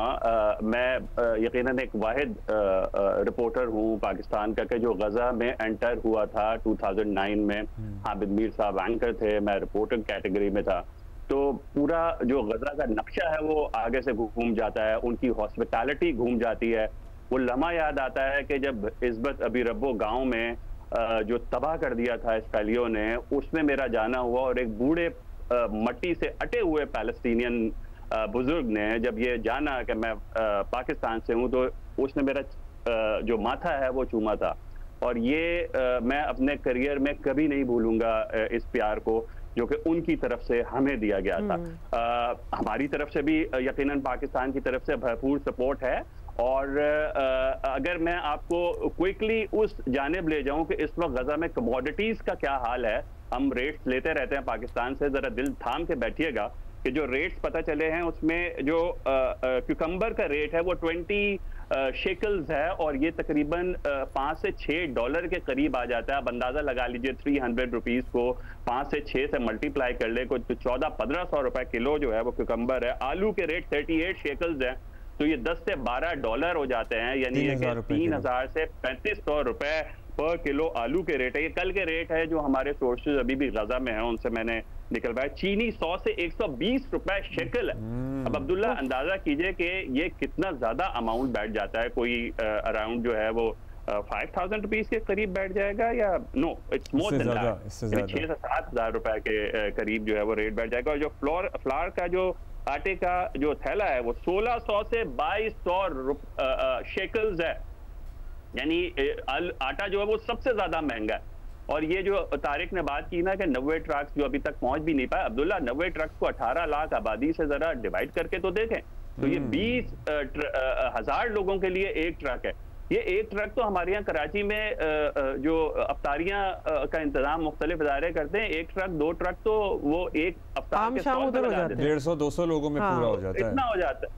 तो अब इससे अंदाजा करें कि कितनी सिवियरिटी है। और यही वजह है जो आपने शुरू में बिल्कुल राइटली पॉइंट आउट किया ना, कि अब ऐसा लग रहा है कि विद इन यूरोप और विद इन अमेरिका जो मासेज हैं वो कई हुकूमतों के खिलाफ ना फट पड़े हैं, तो लिहाजा अब वो खड़े हो रहे हैं कि हार्श बयानात दे रहे हैं जो उन्होंने कभी नहीं दिए। बरतानिया ने, अमेरिका ने और इनके अलाइज ने हमेशा इसराइल की हिमायत भी की और हूती और हिजबुल्लाह हमलों से बचने के लिए एयर डिफेंसेस भी वहां पे लेकर आया और भरपूर जिस तरह से भी इमदाद हो सकती थी, माली इमदाद की बात की जाए, $20 बिलियन भरपूर दी गई। अच्छा, अब जो सूरत हाल ऑन द ग्राउंड है वो कुछ इस तरह से है कि जाहिर है कि अगर आप इन चीज़ों का अंदाज़ा लगाएं कि ये जो चीज़ें $8 का तकरीबन जो है वो टमाटर है, यानी किलो $8 का टमाटर वहाँ गाजा में मिल रहा है। और अगर ये आपके जो प्रोड्यूसर हैं वो चला सकें कि ये जो प्याज है इसको काट काट के भी बेचा जा रहे हैं, प्याज के 4 टुकड़े किए जा रहे हैं। मैंने एक तस्वीर भेजी है उन्हें, और उस 4 टुकड़ों पे एक टुकड़ों पे रेट लिखा हुआ है कि जी ये 8 शेकल्स का है, 15 शेकल्स का है, यानी ये कि 500, 1000 और 1500 रुपए का एक टुकड़ा है। ये आप स्क्रीन पे देखें, ये खुसूसी तौर पे जियो न्यूज के नाजरीन के लिए मैंने वहां कल मंगवाया कि जरा देखे तो कि ऑन द ग्राउंड सूरत हाल क्या है, गाजन्स के ऊपर क्या बीत रही है। जाहिर है एक ताल्लुक रहा है जियो न्यूज का गाजा से, टीम वहां पे 2009 में गई है, 2006 में तारिक अबुल हसन लेबनान गए हैं, तो भरपूर वहां से हमारी यादें हैं उस रीजन से। और जियो का एक ताल्लुक है, पैलेस्टीनियन जो इशू है उससे एक ताल्लुक है। तो ये बदतरीन सूरत हाल है और इसे कहा जाएगा तो ना क्यों ना कहा जाए, उसे ये कहा जाए कि वेपन के तौर पे फूड को इस्तेमाल किया जा रहा है। वो जिस तरह का यजीद ने पानी बंद किया था, उस तरह करबला की सूरत हाल और क्या होती है कि आपको अब इतनी thank you for getting these updates for us from Gaza. Thank you Ali Imran, thank you Tariq साहब, आप दोनों का बेहद शुक्रिया। अल्फाज नहीं, हमें रोज एक नई बात पता चलती है वहाँ से। मतलब एक प्याज के टुकड़े करके, क्योंकि किसी के पास कुछ भी नहीं है तो उसको आधा आधा करके थोड़ा सा तुम ले लो, अगर अफोर्ड कर सकते हो थोड़ा सा तुम ले लो, and that's how it is. It's heartbreaking. मतलब होता है ना कि प्याज रोटी खा लेता है बंदा, वो भी नहीं है, लोग भूख से मर रहे हैं। सो ये है सूरत हाल। स्पीचलेस हो गए हैं, मतलब समझ ही नहीं आ रही कि क्या कहें, और दुनिया देख रही है। दिस इज अच्छा, अभी हम अपने मुल्क में जो जारी हीट वेव है उसकी अपडेट आपको देंगे। आबिद बलोच हैं नसीराबाद से, वो बता रहे हैं नसीराबाद में कितनी गर्मी पड़ रही है। भाई अब्दुल्ला और हुमा, बलूचिस्तान के मुख्तलिफ इलाके इस वक्त शदीद गर्मी की लपेट में हैं, और जिनमें नसीराबाद, जाफराबाद, झलमक्सी, डेरा बुगटी, सिब्बी और उस्ता मोमन शामिल है। और गुज़िश्ता 4 रोज से इन इलाकों में गर्मी की शिद्दत में मुसलसल इजाफे से न सिर्फ मामूलात ज़िंदगी बुरी तरह मुतासिर होकर रह गई है, बल्कि अहम सड़कें और गलियाँ भी वीरानी का मंजर पेश कर रही हैं। और गर्मी की शिद्दत को कम करने के लिए शहरियों ने ठंडे मशरूबात के साथ साथ मुख्तलिफ नहरों और तालाबों का रुख कर रहे हैं। अब्दुल्ला, ये सिब्बी और नसीराबाद एशिया के सबसे गर्म तरीन इलाके हैं, जहां पर कम से कम दर्जा हरारत 50 और ज़्यादा से ज़्यादा 51 से 52 सेंटीग्रेड तक पहुंच जाता है। और इन इलाकों में अगर बिजली की लोड शेडिंग का जिक्र किया जाए तो इन इलाकों में बिजली की एलानिया और गैर एलानिया लोड शेडिंग का सिलसिला जारी है, जबकि केस्को हुकाम के मुताबिक दही इलाकों में 18 और शहरी इलाकों में 8 घंटे लोड शेडिंग की जा रही है। इस मौके पर डॉक्टरों का कहना है कि शहरी घरों से निकलते वक्त अपने सर पर कपड़ा और टोपी पहने ताकि गर्मी से बच सकें। जी शुक्रिया आपका। अच्छा, तो यानी नॉट दैट वी एक्सपेक्ट कि हम अपने कॉरेस्पॉन्डेंट से बात करेंगे तो कहीं बारिश और बड़ा ज़बरदस्त मौसम होगा हर जगह। ऑब्वियसली गर्मी का ही राज है। सखर भी चलते हैं, वहाँ से भी आपको बताते हैं कि मतलब वहाँ गर्मी है, कितनी गर्मी है वो बताएंगे यासिर फारूकी। जी बिल्कुल, सखर में भी इन दिनों सूरज आग बरसा रहा है, हीट वेव जारी है। दर्जाए हरारत 47 डिग्री सेंटीग्रेड तक पहुँच चुका है, जो कि फील लाइक 52 और 53 सेंटीग्रेड तक होता है। शदीद गर्मी में सेप्को की जानिब से एलानिया और गैर एलानिया लोड शेडिंग का दौरानिया भी बढ़ा दिया गया है, जबकि कई इलाकों में ओवरलोडिंग के बायस ट्रांसफार्मर खराब होना भी मामूल का हिस्सा बन चुका है, जो कि 2-2 रोज तक ठीक नहीं किए जाते, जिसके बायस शहरियों की मुश्किलात में इजाफा होता है। तिब्बी माहिरीन का कहना है कि शहरी इस शदीद गर्मी में घरों से निकलने से गुरेज करें। जो शहरी ज़रूरत के तहत बाहर निकलते नजर आ रहे हैं वो महफूज तरीके से सड़क को ढांप के निकल रहे हैं। शदीद गर्मी के बायस मशरूबात की मांग में इजाफा हो गया है। थादल, गन्ना, फालसे के जूस की दुकानों पे शहरियों का रश नजर आता है। जी हाँ, ऑब्वियसली मतलब fruit he that's the only thing that will save you, fruit juices and all. और भी कहीं चलें बहुत जगह आज हमें आपको दिखाने, मुल्तान चलते हैं। मुल्तान में बाय द वे कोई ज़बरदस्त किस्म का ही रिकॉर्ड गर्मी ही चल रही है उधर। आमों की फसल पे भी पता नहीं क्या असर पड़ रहा होगा, मुल्तान से आम भी आते हैं। मतलब गर्मी में ही आम होते हैं, लेकिन बहुत ज़्यादा गर्मी में पहले अगर गर्मी पड़ेगी तो फसल भी मुतासर होती है। मुझे आम खाना। मुल्तान से कौन है हमारे साथ? सालिया में जी, मुल्तान शहर औलिया मुल्तान जो है वो इस वक्त काफ़ी ज़्यादा गर्मी की लपेट में है। और अगर हम दर्जा हरारत की बात करें तो महकमा मौसमियात के मुताबिक ज़्यादा से ज़्यादा दर्जा हरारत जो है वो इस वक्त 46 डिग्री रिकॉर्ड किया जा रहा है, जबकि कम से कम 32 डिग्री रिकॉर्ड किया जा रहा है। लेकिन अगर फील्स लाइक टेम्परेचर की बात करें तो वो 50 डिग्री तक महसूस किया जा रहा है और बहुत ज़्यादा गर्मी जो है वो उसकी शिद्दत बढ़ती जा रही है, जिससे शहरी काफ़ी ज़्यादा परेशान है। लोगों को जो है वो गैस्ट्रो की बीमारियां भी काफ़ी ज़्यादा फैल रही हैं और गर्मी की शिद्दत में लोगों का बाहर निकलना जो है वो काफ़ी ज़्यादा मुश्किल हो गया है। मामूल ज़िंदगी जो है वो बहुत ज़्यादा मुतासिर हो गई है। जो माहिरीन सेहत है उनका कहना है कि ज़्यादा से ज़्यादा पानी का इस्तेमाल करें, मशरूबात का इस्तेमाल करें, ज़्यादा से ज़्यादा पानी पिएँ ताकि इस गर्मी से बचा जा सके। महकमा मौसमियात का मज़ीद ये कहना है कि आगे जो आइंदा कुछ रोज़ हैं उनमें दर्जा हरारत में 3 से 4 डिग्री जो है मज़ीद इजाफा होगा और जो दर्जा हरारत है वो 50 डिग्री तक भी पहुँच सकता है। Thank you Saliya, and so good to see कि आपने छतरी पकड़ी हुई है। मतलब हम तो कह रहे हैं छतरियाँ लो, अपने आप को बचाओ, और ये लिटरली अपने लिए इतनी फैंसी, इतनी खूबसूरत छतरियाँ मिल रही हैं। या फिर नहीं चाहिए तो काले रंग की ले लें, लेकिन डोंट स्टेप आउट विदाउट। वो काली होती थी जो अंदर से सिल्वर होती थी, याद है आपको? नहीं अब्दुल्ला, वो लाइटों के लिए, वो स्टूडियो लाइट्स के लिए वो छतरी। मगर मैं सोच रहा हूँ कि काली छतरी होगी तो बहुत ज़्यादा हीट नहीं एब्जॉर्ब करेगी, वो रोकेगी। अगर वाइट होगी तो वो इतना, मतलब वो आपको फिर भी इफेक्ट करेगी। खैर छतरियाँ बहुत हैं, आप देख सकते हैं, बहुत सारे कलर्स हैं, जो पसंद आए वो ले, लेकिन छतरी का इस्तेमाल करें प्लीज़। अच्छा, अब हम जरा लोगों से आपकी मुलाकात इसलिए क्यों कराना चाह रहे हैं? क्योंकि जाहिर है बजट आने वाला है तो लोगों की एक्सपेक्टेशंस होती हैं। बजट में चंद दिन रह गए हैं, वो कहते हैं कि हुकूमत जो दावा कर रही है कि महंगाई कम हुई है, इसका फ़ायदा हमें कब तक पहुंचेगा। एक आम आदमी इस माशी सूरत हाल में किन चैलेंजेस से निमट रहा है, क्या उम्मीद रखता है, ये आप देखिए। यही होगा कि आवाम की खाल उतरेगी और क्या होगा, आवाम फिर परेशान होगी मज़ीद। लोग बिल्कुल रोडों पे आ गए, उनकी महंगाई इतनी है कि लोग बिल्कुल लोग हैं अच्छे भले लोग बिल्कुल महंगाई से इतना तंग है। बजट से तो उम्मीदें क्या होंगी, ये हर साल की तरह वही लॉलीपॉप देंगे ये लोग। अल्लाह करे, हमारी तो उम्मीद है कि अभी हुकूमत कोई अच्छा पैकेज दे। तो ये चाहते हैं कि बस बजट के अंदर ये बिजली जो है वो सस्ती होनी चाहिए और गैस सस्ती होनी चाहिए, जो महंगाई है वो सस्ती होनी चाहिए। हमें बहुत अफसोस के साथ ये देखना पड़ा है हमेशा कि दावे तो बहुत किए जाते हैं, मगर जो बजट आता है उसके अंदर टैक्सेस की भरमार होती है, अशिया खुर्द-व-नोश महंगी हो जाती हैं, बिजली के रेट ज़्यादा हो जाते हैं। तो इस दफ़ा जो हम देखते हैं, हम उम्मीद करते हैं अपने हुक्मरानों से कि जो इस दफ़ा बजट आएगा उसके अंदर एक आम आदमी को, एक आम ताजिर को रिलीफ मिलेगा। हमें उम्मीद है कोई नहीं है बजट से, बस वो ये बजट सिर्फ ड्रामेबाजी हो रही है। वो अपने वज़रा के लिए उनकी सैलरियाँ बढ़ जाएंगी, उनकी मुराद बढ़ जाएंगी, उनके जो है सहूलियात बढ़ जाएंगी, वज़रा में इजाफा हो जाएगा और कुछ नहीं होगा। बजट तो जी हम चाहते हैं कि हुकूमत जो है अवाम दोस्त बजट हो और गरीब आदमी को उससे रिलीफ मिलना चाहिए। बिजली, गैस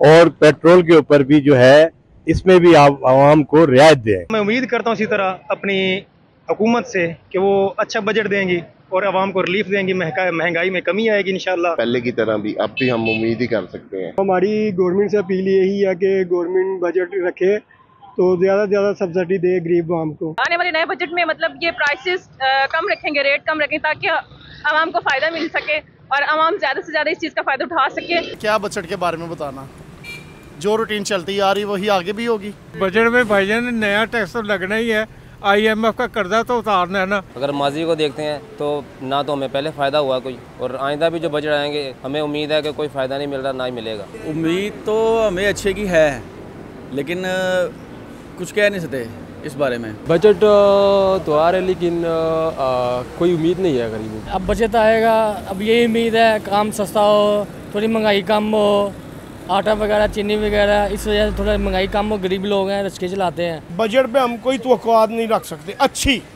बुरी रख सकते हैं। बजट का जनाब गरीब आवाम को बजट का क्या तल्लक है, बजट का तो पता ही नहीं होता। गरीब हर रोज़ तो बजट आ रहा होता है, यहाँ हर चीज़ हर हफ्ते तो बढ़ रही होती है। देखिए बजट तो इन्होंने आवाम के लिए लाना है, मगर लाना तो इन्होंने ये हमसे निकालना है बजट वगैरह। इनको चाहिए कि आवाम को सहूलतें दे। बजट हस्ब रवायत तो वही लफ्ज़ों का गोर कथंदा ही नज़र आ रहा है जो हमेशा की तरह पहले होता आया है। अब आइंदा जो बजट है उसमें कम से कम गरीब की जो सैलरी है वो अच्छी होनी चाहिए ताकि वो अपना घर जो है वो अच्छे तरीके से चला सके। बजट जो है हर साल बनाते तो हैं लेकिन उसके बाद सिर्फ फाइलों तक महदूद रहता है, ना आवाम को रिलीफ मिलता है ना कुछ मिलता है। अभी भी हम लोग यही उम्मीद कर सकते हैं कि इंशाल्लाह आने वाला जो बजट है वो आवाम दोस्त बजट होगा। ये रिलीफ बजट आ रहा है तो इस पर रिलीफ कम से कम बिजली में दे दें आवाम को। सारी चीज़ें बिजली पे चलती हैं और गरीब आदमी जितना भी कमाल है वो सारा बिल ही भरता है। हमें नहीं लगता कि इस दफ़ा के बजट में आवाम को रिलीफ मिले। घी की कीमतें कम करें, चीनी की कीमतें कम करें, बिजली की कम करें, पेट्रोल कम करें, कम से कम मजदूर की उजरत में इजाफा होना चाहिए। मजदूर जो है वो पिसके रह गया है। हम समझते हैं कि गरीब आवाम को बहुत रिलीफ मिलनी चाहिए। जो तनख्वाहदार तबका है उनकी तनख्वाह में इजाफा होना चाहिए। तवक्का है कि जो नया बजट आएगा इसमें आवाम का भला होगा, लेकिन नज़र तो नहीं आता कि होगा। जो हालात जा रहे हैं, गुर्बत है, परेशानी, कारोबार बंद है, ठीक है, उसमें गरीब बंदे को बहुत सारा रिलीफ मिलना चाहिए। मैं कहना जी बिजली सस्ती होनी चाहिए है, गरीबां लिए सास होना चाहिए। काइंडली हमारी रिक्वेस्ट है कि इस बजट में ना खुसूसी रिलीफ दिया जाए आवाम को, बिल में और दूसरी चीज़ों में। हुकूमत दावे तो बहुत कर रही है मगर बजट आएगा तो हमें पता चलेगा कि हमें कितनी रिलीफ मिली है। इंशाल्लाह इस साल हुकूमत से हमारा मुतालिबा है कि बजट इंशाल्लाह गरीबों के लिए अच्छा होगा। इस दफ़ा अल्लाह से उम्मीद रखते हैं कि बजट अच्छा होगा, आवाम को रिलीफ मिलेगा और ये जो गैर ज़रूरी टैक्स है इसको खात्मा करें। हमें हुकूमत से उम्मीद है कि इस साल बजट अच्छा होगा, नौजवानों के लिए जॉब्स फराहम की जाएंगी, अच्छी जॉब्स आएंगी इस साल। हमारा हुकूमत से ये उम्मीद है कि इंशाल्लाह इस साल बजट बहुत हमारे गरीबों के लिए बहुत बेहतर होगा। हमें उम्मीद है अल्लाह करे ऐसा हो अवामी बजट हो जिसमें महंगाई को कंट्रोल किया जाए। हमारी सबसे बड़ी परेशानी महंगाई है जनाब। महंगाई है बहुत, हमारी तनख्वाहें कम है, इसलिए हुकूमत से अर्ज़ है कि तनख्वाहों को थोड़ा ज़्यादा बढ़ाएं। गवर्नमेंट ने आज तक कौन सा अच्छा बजट पेश किया है जो आज अब पेश करेगी इस साल, और गरीब आदमी के लिए तो कोई बजट कुछ भी नहीं होता। सर आने वाले बजट में क्या, इससे पहले भी जो बजट गुजरे हैं, हर आवाम की जो है ना, हर शख्स की यही उम्मीद होती है कि आवाम को रिलीफ मिले। There you go। तो कुछ को उम्मीद है कि बेहतरी आएगी, कुछ को बिल्कुल कोई उम्मीद नहीं है। आवाम को उम्मीद है, हुकूमत का काम है कि आवाम की उम्मीदों पर कुछ पूरा उतरने की कोशिश करें। मतलब 100% नहीं तो 20%, 30%, 40%। मतलब ये आवाम की आवाज़ होती है ना, चलें ये हमने सुना नहीं। वैसे भी IMF ने कह दिया है कि अगर हुकूमत चाहती है कि तनख्वाहदार तबके को कुछ रिलीफ मिले तो अपने अखराजात कम करने होंगे। करके दे देना जरा relief. Pakistan super league X eliminator match में लाहौर कलंदर ने कराची किंग को हराकर टूर्नामेंट से बाहर कर दिया है। लाहौर कलंदर ने कराची किंग को 6 विकेटों से शिकस्त दी। आज एलिमिनेटर 2 होगा। लाहौर कलंदर का मुकाबला होगा इस्लामाबाद यूनाइटेड से। आज जो जीतेगा वो टकराएगा क्वेटा से फाइनल में। कल के लाहौर के मैच की परफॉर्मेंस पर बात करेंगे। हमारे साथ है मौजूद राशिद भाई भट्टी साहब भी हमारे साथ। राशिद भाई गुड मॉर्निंग। राशिद भाई मतलब वालेकुम अस्सलाम, खुश हूँ मैं, आपको आवाज से मेरी नजर आ रहा होगा। थैंक यू राशिद भाई। कल आपका दिल लाहौर के साथ ही था वैसे। नहीं, दिल इनका कराची के साथ था। टीम तो बेहतर लाहौर ही थी, बस दिल हमारा चाह रहा था कि कराची भी कुछ कर ले, लेकिन कराची ने पिछला जो मैच खेले ना अगेंस्ट इस्लामाबाद यूनाइटेड वो कॉज कर गया इनको। लेकिन कल का जो मैच हुआ है लाहौर के अंदर वो आउटस्टैंडिंग क्रिकेट खेली है थ्रू आउट। फील्डिंग के अलावा अगर देखें जो अंडर प्रेशर चेज कर रहा हूँ 190 रन, और अब्दुल्ला शफीक ने जो बैटिंग की है ना इस PSL में इतनी क्लासिक बैटिंग नजर नहीं है। जो शॉट्स उन्होंने मारे हैं बहुत ही क्लास के। उनके जो रिस्ट वर्क था, उनका जो टाइमिंग थी बैट की, बहुत जोर से बॉल नहीं मारते लेकिन जाती बहुत दूर थी। तो ये क्लासिक इनिंग नजर आई है। और ये है कि कन्वेंशनल क्रिकेट भी खेली जाती, सिर्फ मार धाड़ से या पावर हिटिंग से क्रिकेट नहीं होती। कल साबित किया अब्दुल्ला शफीक ने कि वो एक वाकई में टैलेंट है पाकिस्तान का। थोड़ी और मेहनत की जरूरत है कि लगातार परफॉर्मेंसेस अगर उसकी आ जाए तो वो एक बहुत ही पाए का खिलाड़ी बन सकता है, और हमारी दुआएं उसके साथ है। और लाहौर के अंदर जो बोला था शाहीन ने कि सेमीफाइनल में मिलेंगे, और मिले और हराया, और लग ऐसे ही रहा है कि लाहौर के अंदर बहुत स्ट्रांग नजर आ रही है। और मेरे ख्याल से इस दफा 2 साल के बाद क्वेटा भी 19 के बाद अब पहुंची है, प्लेज ऑफ में पहुंची है दूसरे राउंड में। लेकिन आज का मैच बहुत इंपॉर्टेंट है इस्लामाबाद यूनाइटेड के साथ, और लाहौर कलंदर्स बहुत स्ट्रांग लग रही है आज। अच्छा, भट्टी साहब से भी पूछ लेते हैं। भट्टी साहब, आपको अब जो होना था हो गया, Karachi out, Lahore is back in. आज के मैच के हवाले से क्या लग रहा है? बिकॉज इस्लामाबाद भी कुछ मुश्किलों से ही यहाँ तक पहुंची, मतलब बीच में काफ़ी उन्होंने लॉसेस भी देखी, but finally they were there. अब उनको एक और मिल गया लाहौर, बिकॉज लाहौर लगता नहीं है कि अभी रुकने वाले हैं, उनमें एक रिन्यूड टीम हमें नजर आ रही है। बिल्कुल हुमा, जो लाहौर ने कल क्रिकेट खेल दी, बुरी क्रिकेट भी शुरू में बहुत खेली, लेकिन फिर उस बुरी क्रिकेट को उन्होंने अब्दुल्ला शफीक की बैटिंग देख लें, फखर जमान की बैटिंग देख लें, और इतनी आसानी से उन्होंने उस 190 के टारगेट को चेस किया कि लग नहीं रहा था कि 190 रन बने। लेकिन इस्लामाबाद का अगर आप इस पूरी PSL 10 की जर्नी देखें कि उन्होंने सारे मैचेस जीते इस्लामाबाद में, और 4 मैच जब वो इस्लामाबाद से बाहर निकले तो लगातार 4 मैच हार गए। फिर 5वां मैच जो उनको इस्लामाबाद में मिला वो फिर बड़े मार्जिन से जीत गए, और जब लाहौर पहुंचे फिर यहाँ पर फर्स्ट क्वालिफायर हार गए। तो मेरे ख्याल में लाहौर की टीम, अगर कोई बहुत ज्यादा खुशफहमी उनको ना हो, वो बुरा दिन ना हो, अदरवाइज अब लाहौर को फाइनल में जाने से रोकना मुश्किल होगा, क्योंकि एलेक्स सेल्स जो मेन उनके प्लेयर थे जिन्होंने कराची किंग्स के खिलाफ आखिरी लीग मैच में भी इस्लामाबाद को जितवाया, वो अब वापस जा चुके हैं। तो मुझे लग रहा है कि अब अच्छे खासे रिदम में इस्लामाबाद लाहौर की टीम आ गई है। और कल अब्दुल्ला शफीक ने साबित कर दिया कि बहुत मारदार आप ना भी करें, लेकिन क्या वो रमीज राजा ने कहा कि रोल्स रॉयस जिस तरह चलती है ना, उस तरह की उन्होंने बैटिंग की है। बड़ी खूबसूरत बैटिंग थी। मेरे ख्याल मुझे तो ये इनिंग्स अब्दुल्ला शफीक की जो है वो याद रहेगी, लेकिन उनका वही मसला है कि इनकंसिस्टेंट बहुत ज्यादा है। जब देते हैं तो फिर वो कमाल ऐसी परफॉर्मेंस देते हैं, कभी खुशी कभी गम। हम राशिद भी बात कर रहे थे, जब प्रोजेक्टेड स्कोर आ रहा था कराची का 157, 158 इतना आ रहा था, मगर फिर 190 बनने देना, उस पर भी ज़रा रोशनी डाल लें, ताकि आज का मैच है, फिर अगर फाइनल में पहुंचते हैं तो फाइनल में हैं, ये गलतियां ना हो। क्या वो गलतियां? एक तो सर्टनली वेरी बैड फील्डिंग, फिर एक्स्ट्राज, सो उस इन चीज़ों को तो पॉइंट आउट करें ज़रा। जी, सबसे पहले हम तो रोल्स रॉयस पे बैठे नहीं है, इसलिए हमें आइडिया नहीं है रोल्स रॉयस कसम से मेरे भी ज़हन नहीं आया। सेम वी कांट टेल कि what's the difference. As a cricket जो आप कराची में रहते हैं ना, तो रोज राइट पे बैटिंग भी तो मजा नहीं आएगा। उसमें ये है कि जब आप स्क्रीन पे देखते हैं ना, तो और आप बैटिंग देख के रुक जाए तो इसका मतलब है कि समथिंग स्पेशल। तो कल अब्दुल्ला शफीक का ऐसे ही था। बहुत सारे लोग प्लेयर्स ने, बैटर्स ने रन किए हैं कल, लेकिन हम बात सिर्फ अब्दुल्ला शफीक की कर रहे हैं। स्पिनर्स हो डाउन द विकेट निकल के लॉन्ग ऑन पे या सीधा छक्का मार रहा, या फ्लिक पे आप स्टेडियम के अंदर सीढ़ियों पे चली जा रहा फ्लिक पे, तो स्पेशल प्लेयर लगा है कल का स्पेशली। और उसका दूसरा सवाल मैं भूल गया आपका। हम कह रहे थे कि जो इनकी फील्डिंग थी उसमें जाहिर है बहुत गलतियां की इन्होंने। 190 बनने दिए, आखिरी ओवर्स में देख लें, फिर मिस फील्ड्स देख लें, फिर एक्स्ट्रास देख लें, तो अब फाइनल में तो इन चीजों की गुंजाइश नहीं होती अगर ये पहुंचते हैं तो। देखिए, पूरे टूर्नामेंट में अगर देखें, इस मैच से पहले तकरीबन 86 कैचेस ड्रॉप हो चुके थे, मिस चांसेस बहुत ज़्यादा हुए, रन आउट किए, स्टंपिंग बहुत ज़्यादा हुए थ्रू आउट। लाहौर वो टीम थी सबसे कम, इस मैच से पहले सबसे कम ड्रॉप थे, उनके 9 थे, बाकी सबके 15-18 थे।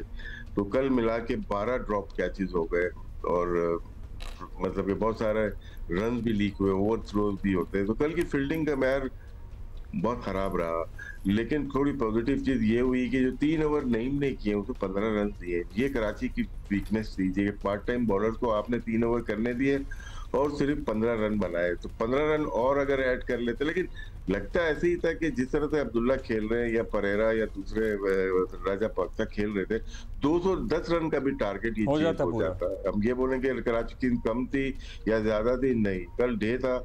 लाहौर कलंदर्स ने बहुत ही एक प्लानिंग के साथ चेज किया है। शुरू में अगर आप देखते हैं 8-9 ओवर तक अगर देखें 80 रन बना चुके थे, 11वें ओवर में 100 रन हो गए थे। इसका मतलब फखर जमान बहुत impactful player through out the tournament रहा, सेकंड टॉप स्कोरर अभी हैं। उन्होंने जिस तरह से किया, तकरीबन 24 से 25 छक्के हैं उनके इस टूर्नामेंट में, और बहुत ही ज़बरदस्त बैटिंग कर रहे हैं। उसके बाद अब ऐसे ही लगा कि वो आउट हो गई, शायद थोड़ा सा मुश्किलात आए। मेरे जहन में यही था कि ये आउट हो जाएंगे तो शायद कराची के चांसेस बन जाते हैं, लेकिन अब्दुल्ला है, उसके बाद परेरा भी बहुत सपोर्ट किया उन्होंने। छोटी छोटी पार्टनरशिप होती है ना, और आउट ना हो आप, और अच्छे बॉलर को आप अच्छा खेलें, तो वहाँ पे कराची की बॉलिंग नहीं, उनकी बॉलिंग बहुत अच्छी नहीं रही। और शायद अब अब्बास आफरीदी ड्रॉप होने के बाद वाली बॉलिंग नजर नहीं आई, हसन अली की भी, अब्बास की भी, दूसरे बार नबी की भी, कि जिस तरह से पूरे टूर्नामेंट में वो लोग बॉलिंग कर रहे थे और अच्छा काउंटर अटैक किया लाहौर कलंदर ने, और डिजर्व करता था लाहौर कलंदर यहाँ पे पहुंचने के लिए। और ऐसे ही लगता है इस्लामाबाद यूनाइटेड अच्छी टीम है।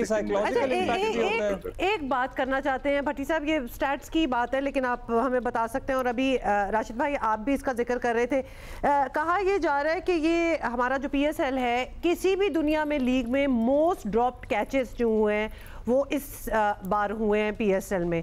Is that right? और फील्डिंग का जो मयार है वो तो हमें खैर नज़र ही आ रहा है, लेकिन not a feather in our cap, fielding में तो काम करना पड़ेगा। बराबर है। अच्छा, बिल्कुल। लेकिन राशिद भाई इसमें जो फॉरेनर आए हुए जो कमेंट्री कर रहे हैं, वो कैच पकड़ने के स्टाइल पे भी बात कर रहे हैं कि ऑस्ट्रेलियन जो है वो कैच ऐसे पकड़ते हैं, हमारा ये स्टाइल है कैच लेने का। तो इसमें भी थोड़ा रोशनी डालिएगा, कहीं हमारे यहाँ कोई लाइट्स का तो इशू नहीं है, जो हमारी फ्लड लाइट्स है लाइट वो बटी साहब, इसमें ना 50% लाइट्स का इशू है। हमने बात की थी जब चैपमैन के या कि उसके रविंद्रा की बॉल लगी थी कज़ाफी स्टेडियम पे, हमने बात की थी इस पे। दुनिया में लाइट चेंज हो रही है, पहले अरीना विजन होती थी 2000 वॉट की लगती थी, फ्लिप्स की ही है वो, लेकिन अब LED के ऊपर आए। LED अमूमन फुटबॉल स्टेडियम में लगी जाती है, राउंड फायर में लगी रिंग फायर जैसे बनता है दुबई स्टेडियम में। अहमदाबाद आप देखें कि 80 फीट के ऊपर वो होती है, ये चल जाती है 160 फीट के ऊपर जाती है, जिसके ग्लेयर ज्यादा होता है और वो चमक इतनी ज्यादा होती है कि आपको मुश्किलात होती हैं बॉल को विजन करने में। ये एक तो ये है, दूसरा टेक्निक इतनी अच्छी नहीं है, चाहे फॉरवर्ड प्लेयर हो या पाकिस्तानी प्लेयर हो, बहुत अच्छी टेक्निक नहीं रही, क्योंकि फील्डिंग की प्रैक्टिस अब T20 के आने के बाद बहुत ज्यादा करते नहीं है। 5 मिनट 10 मिनट आप विकेट कीपिंग का स्टैंडर्ड IPL में देख लें या PSL में देख लें, बहुत ही लोएस्ट तरीन पे कोई अच्छा कैच। आप इतने मैचेस हो गए, 200-300 टोटल कैच पकड़े गए, उनमें विकेट कीपर के 2 या 3 अच्छे कैचेस नजर आएंगे, सब जाने देते हैं, ट्राई नहीं करते। तो स्टैंडर्ड वर्ल्ड वाइड गिरा है आपका। अच्छा, आप अभी अब्बास आफरीदी की बात कर रहे थे राशिद भाई, वो इससे पहले टॉप पे टेकर थे इस टूर्नामेंट के, मतलब कल लेकिन बड़ा ऑफ कलर नजर आए, तो आपको लगता है कि जरा डिसहार्ट होना या ना सेलेक्ट हो पाना भी असर डालता है परफॉर्मेंस पे खिलाड़ी की? बहुत फर्क पड़ता है, लेकिन उसमें काउंटर सवाल ये बन जाता है कि अब्दुल्ला शफीक भी ड्रॉप हुए, वो भी दिल चाह रहा था कि वो भी टीम में आए, लेकिन वो भी ड्रॉप हुए हैं, उनकी अच्छी परफॉर्मेंस थी। कल बॉलिंग अच्छी नहीं की उन्होंने, अपने तजर्बात करते हैं वो, लेकिन उनको पावर प्ले में लेके आ जाना चाहिए था। फवाद अली से बॉलिंग की, एक कॉस्ट पड़ा, वो तकरीबन 16 रन या 18 रन का ओवर तो किया है उन्होंने, लेकिन यहाँ पे अब प्रॉपरली शायद इन्होंने यूटिलाइज नहीं किया कराची किंग्स ने, और अब्बास आफरीदी को भी सही से नहीं किया, लेकिन काउंटर अटैक बहुत ज्यादा था कल। अगर आप देखें कोई भी बॉलर आता पहले ही ओवर में तो टेक ऑन करते थे लाहौर कलंदर्स के लिए, तो इसीलिए किसी बॉलर ने खातिर का कामयाबी हासिल नहीं की लाहौर कलंदर्स के खिलाफ। Got it. अच्छा, आज के मैच की बात कर लेते हैं, इस्लामाबाद यूनाइटेड वर्सेस लाहौर कलंदर्स, और कप्तानी कर रहे हैं जी शादाब वर्सेस शाहीन। अब कप्तानी पे कुछ बात हो जाए, कंसिडरिंग के शाहीन भी सिलेक्ट नहीं हुए फॉर द नेक्स्ट स्क्वाड और शादाब टीम में हैं। भट्टी साहब क्या कहेंगे, how is it going to turn out? देखें, शाहीन शाह अफरीदी बाज़ दफा मुझे लगता है कि कप्तानी में ऐसी गलतियां कर देते हैं कि कल जिस तरह मैच तो वो जीत गए, लेकिन मुझे समझ नहीं आया कि शाकिब ने एक ओवर में 4 रन दिए और उससे फिर दूसरा ओवर करवाया नहीं, ये बड़े सवाल से उन्होंने 3 ओवर करवा दिए। तो स्मार्ट कप्तान तो हैं, लेकिन बाज़ दफा वो लगता है कि कहीं खोस आ जाते हैं। लेकिन शादाब खान पर ये भी प्रेशर है कि पाकिस्तान के वाइस कैप्टन बन गए, उन्होंने कमबैक किया, पिछले मैच में उन्होंने इस्लामाबाद को जो आखिरी ग्रुप मैच था जितवाया जरूर, लेकिन मेरे ख्याल में अच्छा मुकाबला होगा। 2 बड़े प्लेयर्स, एक पाकिस्तान टीम में इन हुआ है और एक पाकिस्तान टीम में आउट हुआ है, तो अपने आप को मनवाने के लिए। लेकिन एक और बात अब्दुल्ला रुमा जो लाहौर कलंदर्स को क्रेडिट जाता है कि उनके जो 2 मेन प्लेयर थे डैरिल मिचेल और सिकंदर रजा, उसके जाने के बाद उन्होंने जो उनका रिप्लेसमेंट लिया परेरा और राजा पाक से, मेरा ख्याल में ये बड़ी इंटेलिजेंट उनकी मूव होती है। जो भी लोग राना समीन या दूसरे लोग उनकी सिलेक्शन में इन्वॉल्व हैं, ये बड़े जबरदस्त हैं। इसके मुकाबले में दूसरी टीमें आप देख लें, उन्होंने इतने अच्छे रिप्लेसमेंट नहीं लिए, लेकिन मुझे लग रहा है कि लाहौर कलंदर्स इन लाहौर जरा टफ टाइम देगा आज इस्लामाबाद। अच्छा, हम साहबजादा, हम ज़ाहिर है फ़खर की बात करते हैं, अब्दुल्ला शफीक की बात कर रहे थे, साहबजादा फरहान की भी आउटस्टैंडिंग परफॉर्मेंस रही है। 446 उन्होंने रन किए हैं इस टूर्नामेंट में अब तक। So him versus the Lahore top batting lineup, Fakhar वो भी ओपन करते हैं, ये भी ओपन करते हैं, किसका पलड़ा आपको भारी लग रहा है? नहीं, फ़खर का बहुत भारी है। फ़खर ना अपना मोमेंटम नहीं छोड़ते कभी भी। पिछले मैच में अगर देखते हैं, साहबजादा फरहान बहुत अच्छा खेलते हुए आ रहे हैं, लेकिन जहाँ एक विकेट गिरती है तो अपने नॉर्मल क्रिकेट खेलने लगते हैं। जैसे फ़खर कल आउट हो गए, वो टीम के लिए आउट हुए ना, वो कोशिश कर रहे थे कि तेजी से टारगेट को लेके चलो। शायद फ़खर जमान साहबजादा फरहान उस तेजी से नहीं खेल पाते जिस तरह से फ़खर खेलते। that is different. So basically अब we are going to put you on the spot. Rashid भाई, आज कौन जीत रहा है? अभी तो लाहौर की तरफ हो गया हूँ मैं तो। आप दोनों लाहौर से हैं तो मैं भी लाहौर से। Thank you very much. वैसे मैं थोड़ा सा मान जाती है अगर आप इस्लामाबाद की भी थोड़ी सी साइड ले लेते, बिकॉज मैं वहाँ से हूँ, बट एनीवे मैं भी आज लाहौर के साथ हूँ। और भट्टी साहब आप बताएं। अच्छा, आज की नहीं, भट्टी साहब को पहले अपना भट्टी साहब फेवरेट बताएं। देखिए, मेरी टीम लाहौर कलंदर्स है, क्योंकि अब यहाँ जितनी गिरते पड़ते उन्होंने ये जर्नी की है, उनके प्लेयर्स भी कुछ अनफिट हो गए, कुछ चले गए, तो अब जिस तरह कल रात वो मैच जीते तब लाहौर कलंदर और कोयटा ग्लैडिएटर्स का अच्छा फाइनल होना। और वैसे भी कहा जाता है ना, अगर वो पहुंच जाए या जो पहुंचते नहीं है, अगर वो यहाँ तक पहुंच जाए तो फिर वो कंप्लीट करते हैं, एंड तक जाते हैं।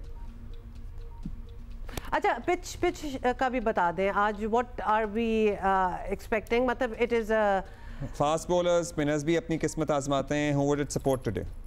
गर्मी बहुत है लाहौर में। देखिए, 2 हफ्ते पहले ब्रेक से पहले मैचेस हो रहे थे, वहाँ पे थोड़ा फास्ट बॉलर को बहुत हेल्प मिल रही थी, लेकिन जब पार्ट 2 आप कह सकते हैं, अब रिमेनिंग 8 मैचेस हुए तो हीट बहुत ज्यादा, गर्मी बहुत ज्यादा शुरू हो गई। उसकी वजह से पिच का बिहेवियर चेंज हुआ है। आप देखें दोनों मैचेस जो हुए हैं वो हाई स्कोरिंग मैचेस हुए हैं। फर्स्ट इनिंग तो हाई स्कोरिंग हो रही, तो इसकी वजह से आप कह सकते हैं कि आज की पिच भी अच्छी 200 वाली पिच होनी चाहिए। आज की पिच भी 200 वाली पिच होनी चाहिए। थैंक यू भट्टी साहब, थैंक यू राशिद भाई, थैंक यू। और कलंदर ऑल द वे इंशाल्लाह। और आज भी और फाइनल में भी, और जब हम मंडे को मिलेंगे तो लाहौर कलंदर जीत चुका होगा PSL 10 की ट्रॉफी होगी, और ऑब्वियसली कोयटा से फाइनल बीच में हो चुका होगा, तो हम बाद की बात कर रहे हैं। लेकिन आज जीते हैं पहले एक, we'll keep it like one day at a time ना, 1 डे एट अ टाइम में चल रहे हैं, तो बस आज पे आज रखेंगे। अच्छा, ईद उल अज़हा की तैयारियां जो हैं वो जारी हैं, और हालांकि गर्मी भी शदीद है और लोग कुर्बानी के जानवर ख़रीद रहे हैं, और मैंने आउटसोर्स कर दिया है अब्दुल्ला को। इसको नहीं पता था, अभी ऑन एयर में ये कह रही हूँ ताकि आप ना कर सकें। तो अभी अपना सिस्टम नहीं बन पाया इस दफ़ा का। नथिंग डूइंग, जब आपका बन जाएगा तो मेरा भी साथ होगा, बस हो गया है। भाई करते होते हैं बहनों के लिए ऐसी चीज़ें। अच्छा ठीक है, ये वो इसमें हम बाद में बात करेंगे। इसका मतलब ये नहीं है कि हम अग्रीमेंट में आ गए हैं इसको लेके। माहिरीन फल्कियात क्या बता रहे हैं? वो कह रहे हैं बड़ी हद तक इत्तेफाक है कि ज़िलहज का आगाज़ 29 मई 2025 को हो सकता है। स्पार्को के मुताबिक मुल्क भर में ईद उल अज़हा 7 जून बरोज़ हफ्ते को होने का इम्कान है। तर्जुमान स्पार्को का कहना है कि 27 मई को गुरूब आफ्ताब के वक्त चांद की उम्र 11.5 घंटे होगी, इसलिए चांद नज़र आने का इम्कान नहीं है। अलबत्ता 28 मई को चांद साफ नज़र आ सकता है, और इस बात का कभी इम्कान है कि यकुम ज़िलहज 29 मई 2025 को ईद होगी।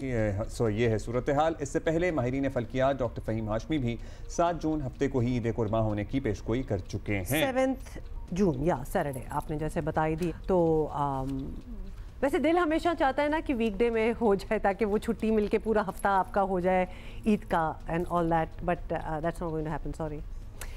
चलें जी, बात करते हैं, और हमें ज्वाइन किया है गुलाम मुस्तफ़ा लगारी साहब, सीनियर रिसर्चर स्पार्को के। सर, स्पार्को ने बता दिया है चांद कब पैदा होगा, कब तक रहेगा, कब नज़र आने के चांसेस हैं। सो इंसानी आंख से हम देख सकेंगे चांद जो नज़र आने का क्या सिलसिला है? जी बिल्कुल ऐसे ही है कि ये चांद जो है वो 27 मई को सुबह तकरीबन 8:02 पर पैदा होगा और गुरूब आफ्ताब के वक्त इसकी जो उम्र है वो तकरीबन 11.5 घंटे है। तो इस तरह के चांद क्योंकि उम्र कम है और बाकी इसके पैरामीटर्स भी उसी तरह से ही हैं, तो इस तरह के चांद को खुली आंख से देखना नामुमकिन सा बन जाता है जी। तो 27 मई को चांद देखने का जो इम्कान है वो बहुत ही इंतहाई कम है खुली आंख से जी। और बाकी अरब और यूरोप अमेरिका वगैरह भी में ईद जो होगी वो हमारे साथ ही वो मनाएंगे या उन्हें चांद पहले नजर आ जाएगा? जी वहाँ पे चांसेस ज़्यादा हैं चांद नज़र आने के, जैसा कि सऊदी अरबिया, बाकी जो मिडल ईस्ट है और यूरोप है, तो वहाँ पे क्योंकि चांद की उम्र काफ़ी ज़्यादा होगी क्योंकि वहाँ पे सूरज जो है बाद में गुरूब होता है, तो इस तरह से ये कहा जा सकता है कि वहाँ पे ईद जो है एक दिन पहले मनाई जा सकती है जी। ओके अच्छा सर, आपने कहा जी वहाँ पे चांसेस हैं 27 को, हमारे यहाँ कम है, तो हमारे यहाँ 28 को ही मोस्ट लाइकली चांद नज़र आएगा। अब हम काफ़ी अरसे से देख रहे हैं कि जो एक चांद देखने वाला साइंसी कैलेंडर बना था, रुयत हिलाल कमेटी भी कमोबेश उन्हीं तारीखों का फैसला करती है। आप समझते हैं कि ये वाला सिस्टम अब सेट हो चुका है और इसे 100% यकीन के साथ फॉलो किया जा सकता है? बिल्कुल, ये जो लूनर कैलेंडर हैं, कमरी कैलेंडर्स हैं, इनको एज अ गाइडलाइन बिल्कुल इस्तेमाल किया जा सकता है कि जैसे कि ये है कि आप जब एहतमाम करते हैं, रुयत हिलाल कमेटी जब एहतमाम करती है रुयत का, तो उस वक्त ये कैलेंडर उनके सामने होगा, तो ये काफ़ी हेल्पफुल होता है। और इस तरह से आप देख लें कि इन कैलेंडर्स में जो है न सिर्फ तारीखों का ऐलान होता है बल्कि उसके साथ साथ पीछे एक साइंटिफिक डेटा भी मौजूद होता है जो उस तारीख को के में चांद होने या ना होने को सपोर्ट करता है। तो इस तरह के कैलेंडर जो है वो बिल्कुल इस्तेमाल किए जा सकते हैं रुयत की फैसला साजी में। ऑलराइट, गुलाम मुस्तफा लगाई साहब, थैंक यू। अच्छा, इस बात से याद आया कि गर्मी तो बहुत ज़्यादा है और हम आप लोगों को कह रहे हैं अपना ख्याल रखें एंड ऑल दैट, लेकिन जो जानवर लेके आएंगे ना उसका भी ख्याल रखना है क्योंकि इट इज़ वेरी हॉट। बहुत से लोग तो बहुत एंड तक ही वेट करेंगे ऑब्वियसली कि तब लें, बिकॉज अभी ज़रा टाइम है और फिर ख्याल भी रखना है, गर्मी भी शदीद किस्म की है। नॉट अ बैड आइडिया कि आप एंड में लें क्योंकि अभी बहुत मुश्किल है, गर्मी भी बहुत है। Then you have to seriously take care of the जानवर एज वेल। वेयरएज मंडी में तो भी उनके इंतजामात होते हैं। तो आप कब ले रहे हैं अब्दुल्ला? अभी नहीं फैसला हो सका। ये वापस आए ज़रा, ये ऑन एयर बात होनी चाहिए, ये दुनिया देखनी चाहिए, ये कमिटमेंट है। अब्दुल्ला आप कब लेंगे? मेरी बात सुने, आप क्यों अपना जानवर मेरे सर पे डाल रहे हैं? बिकॉज इस तरह हो भाई, मुझसे अच्छा, नहीं हो रहा। कुछ करते हैं इस बारे में। और ये एक हमारी एक ट्रेंड सेट हो चुका है कुछ सालों से, आप ही करते हैं, तो why suddenly you wouldn't do it now? तो उसको फिर मैं खा भी खुद ही लूं? Parts of it, yes. मतलब कुछ हिस्सा आप रखें ना, व्हाई नॉट? ये बताना है कि पाकिस्तान की टॉप को पहलवान नाइला कियानी ने एक और संगे मिल अबूर कर लिया है। नाइला कियानी ने आज सुबह 6 बजे दुनिया की तीसरी बुलंद तरीन चोटी कंचनजोंगा सर कर ली है। अच्छा, ये भारत और नेपाल की सरहद पर वाक़ है कंचनजोंगा, और भारत की बाय द वे बुलंद तरीन चोटी भी है। और नहीं, मैं गलत कह रही हूँ, कंचनजोंगा के साथ नाइला कियानी ने 8000 मीटर से बुलंद 12 चोटियां सर कर ली हैं। भाई क्या कर रही हैं ये? This needs applause. और लास्ट टाइम हमारी जब नायला से बात हुई थी तो हम उनसे यही सवाल पूछ भी रहे थे कि जब ये 8000ers खत्म हो जाएंगे तो आप क्या करेंगे? 8000ers अबूर करने वाली 12 अबूर करने वाली पहली पाकिस्तानी खातून हैं। और नाइला कियानी की नज़रें अब 8000 मीटर से बुलंद तमाम चोटियां सर करने पर मरकूज़ है। कंचनजोंगा सर करना ज़ाती कारनामा नहीं है, ये तमाम पाकिस्तानी ख़वातीन के लिए एक पैगाम है। नाइला ने इस मौके पर बयान भी दिया और इस कारनामे पर उन्होंने कहा कि मुझे फ़ख्र है लेकिन मेरा सफ़र अभी ख़त्म नहीं हुआ है। So congratulations to Naila, to your family, to Pakistan as well. Absolutely। और अगले हफ्ते हम नाइला से मुलाकात भी आपकी करवा देंगे, बिकॉज़ वो जब ऐसा कोई कारनामा होता है, हम उन्हें टाइम दे रहे हैं ना अभी पहाड़ से उतरने के लिए, ऑब्वियसली उसके बाद मैसेज उनको पहुंच जाएगा एंड देन हम उनसे बात करेंगे, बिकॉज वो जब कुछ ऐसा करती हैं तो then she always comes on our show. Okay, so that is it for today. और मैच देखें और PSL फाइनल भी हो जाएगा वीकेंड मंडे ना। हाँ, रिपीट में मिलेंगे कल।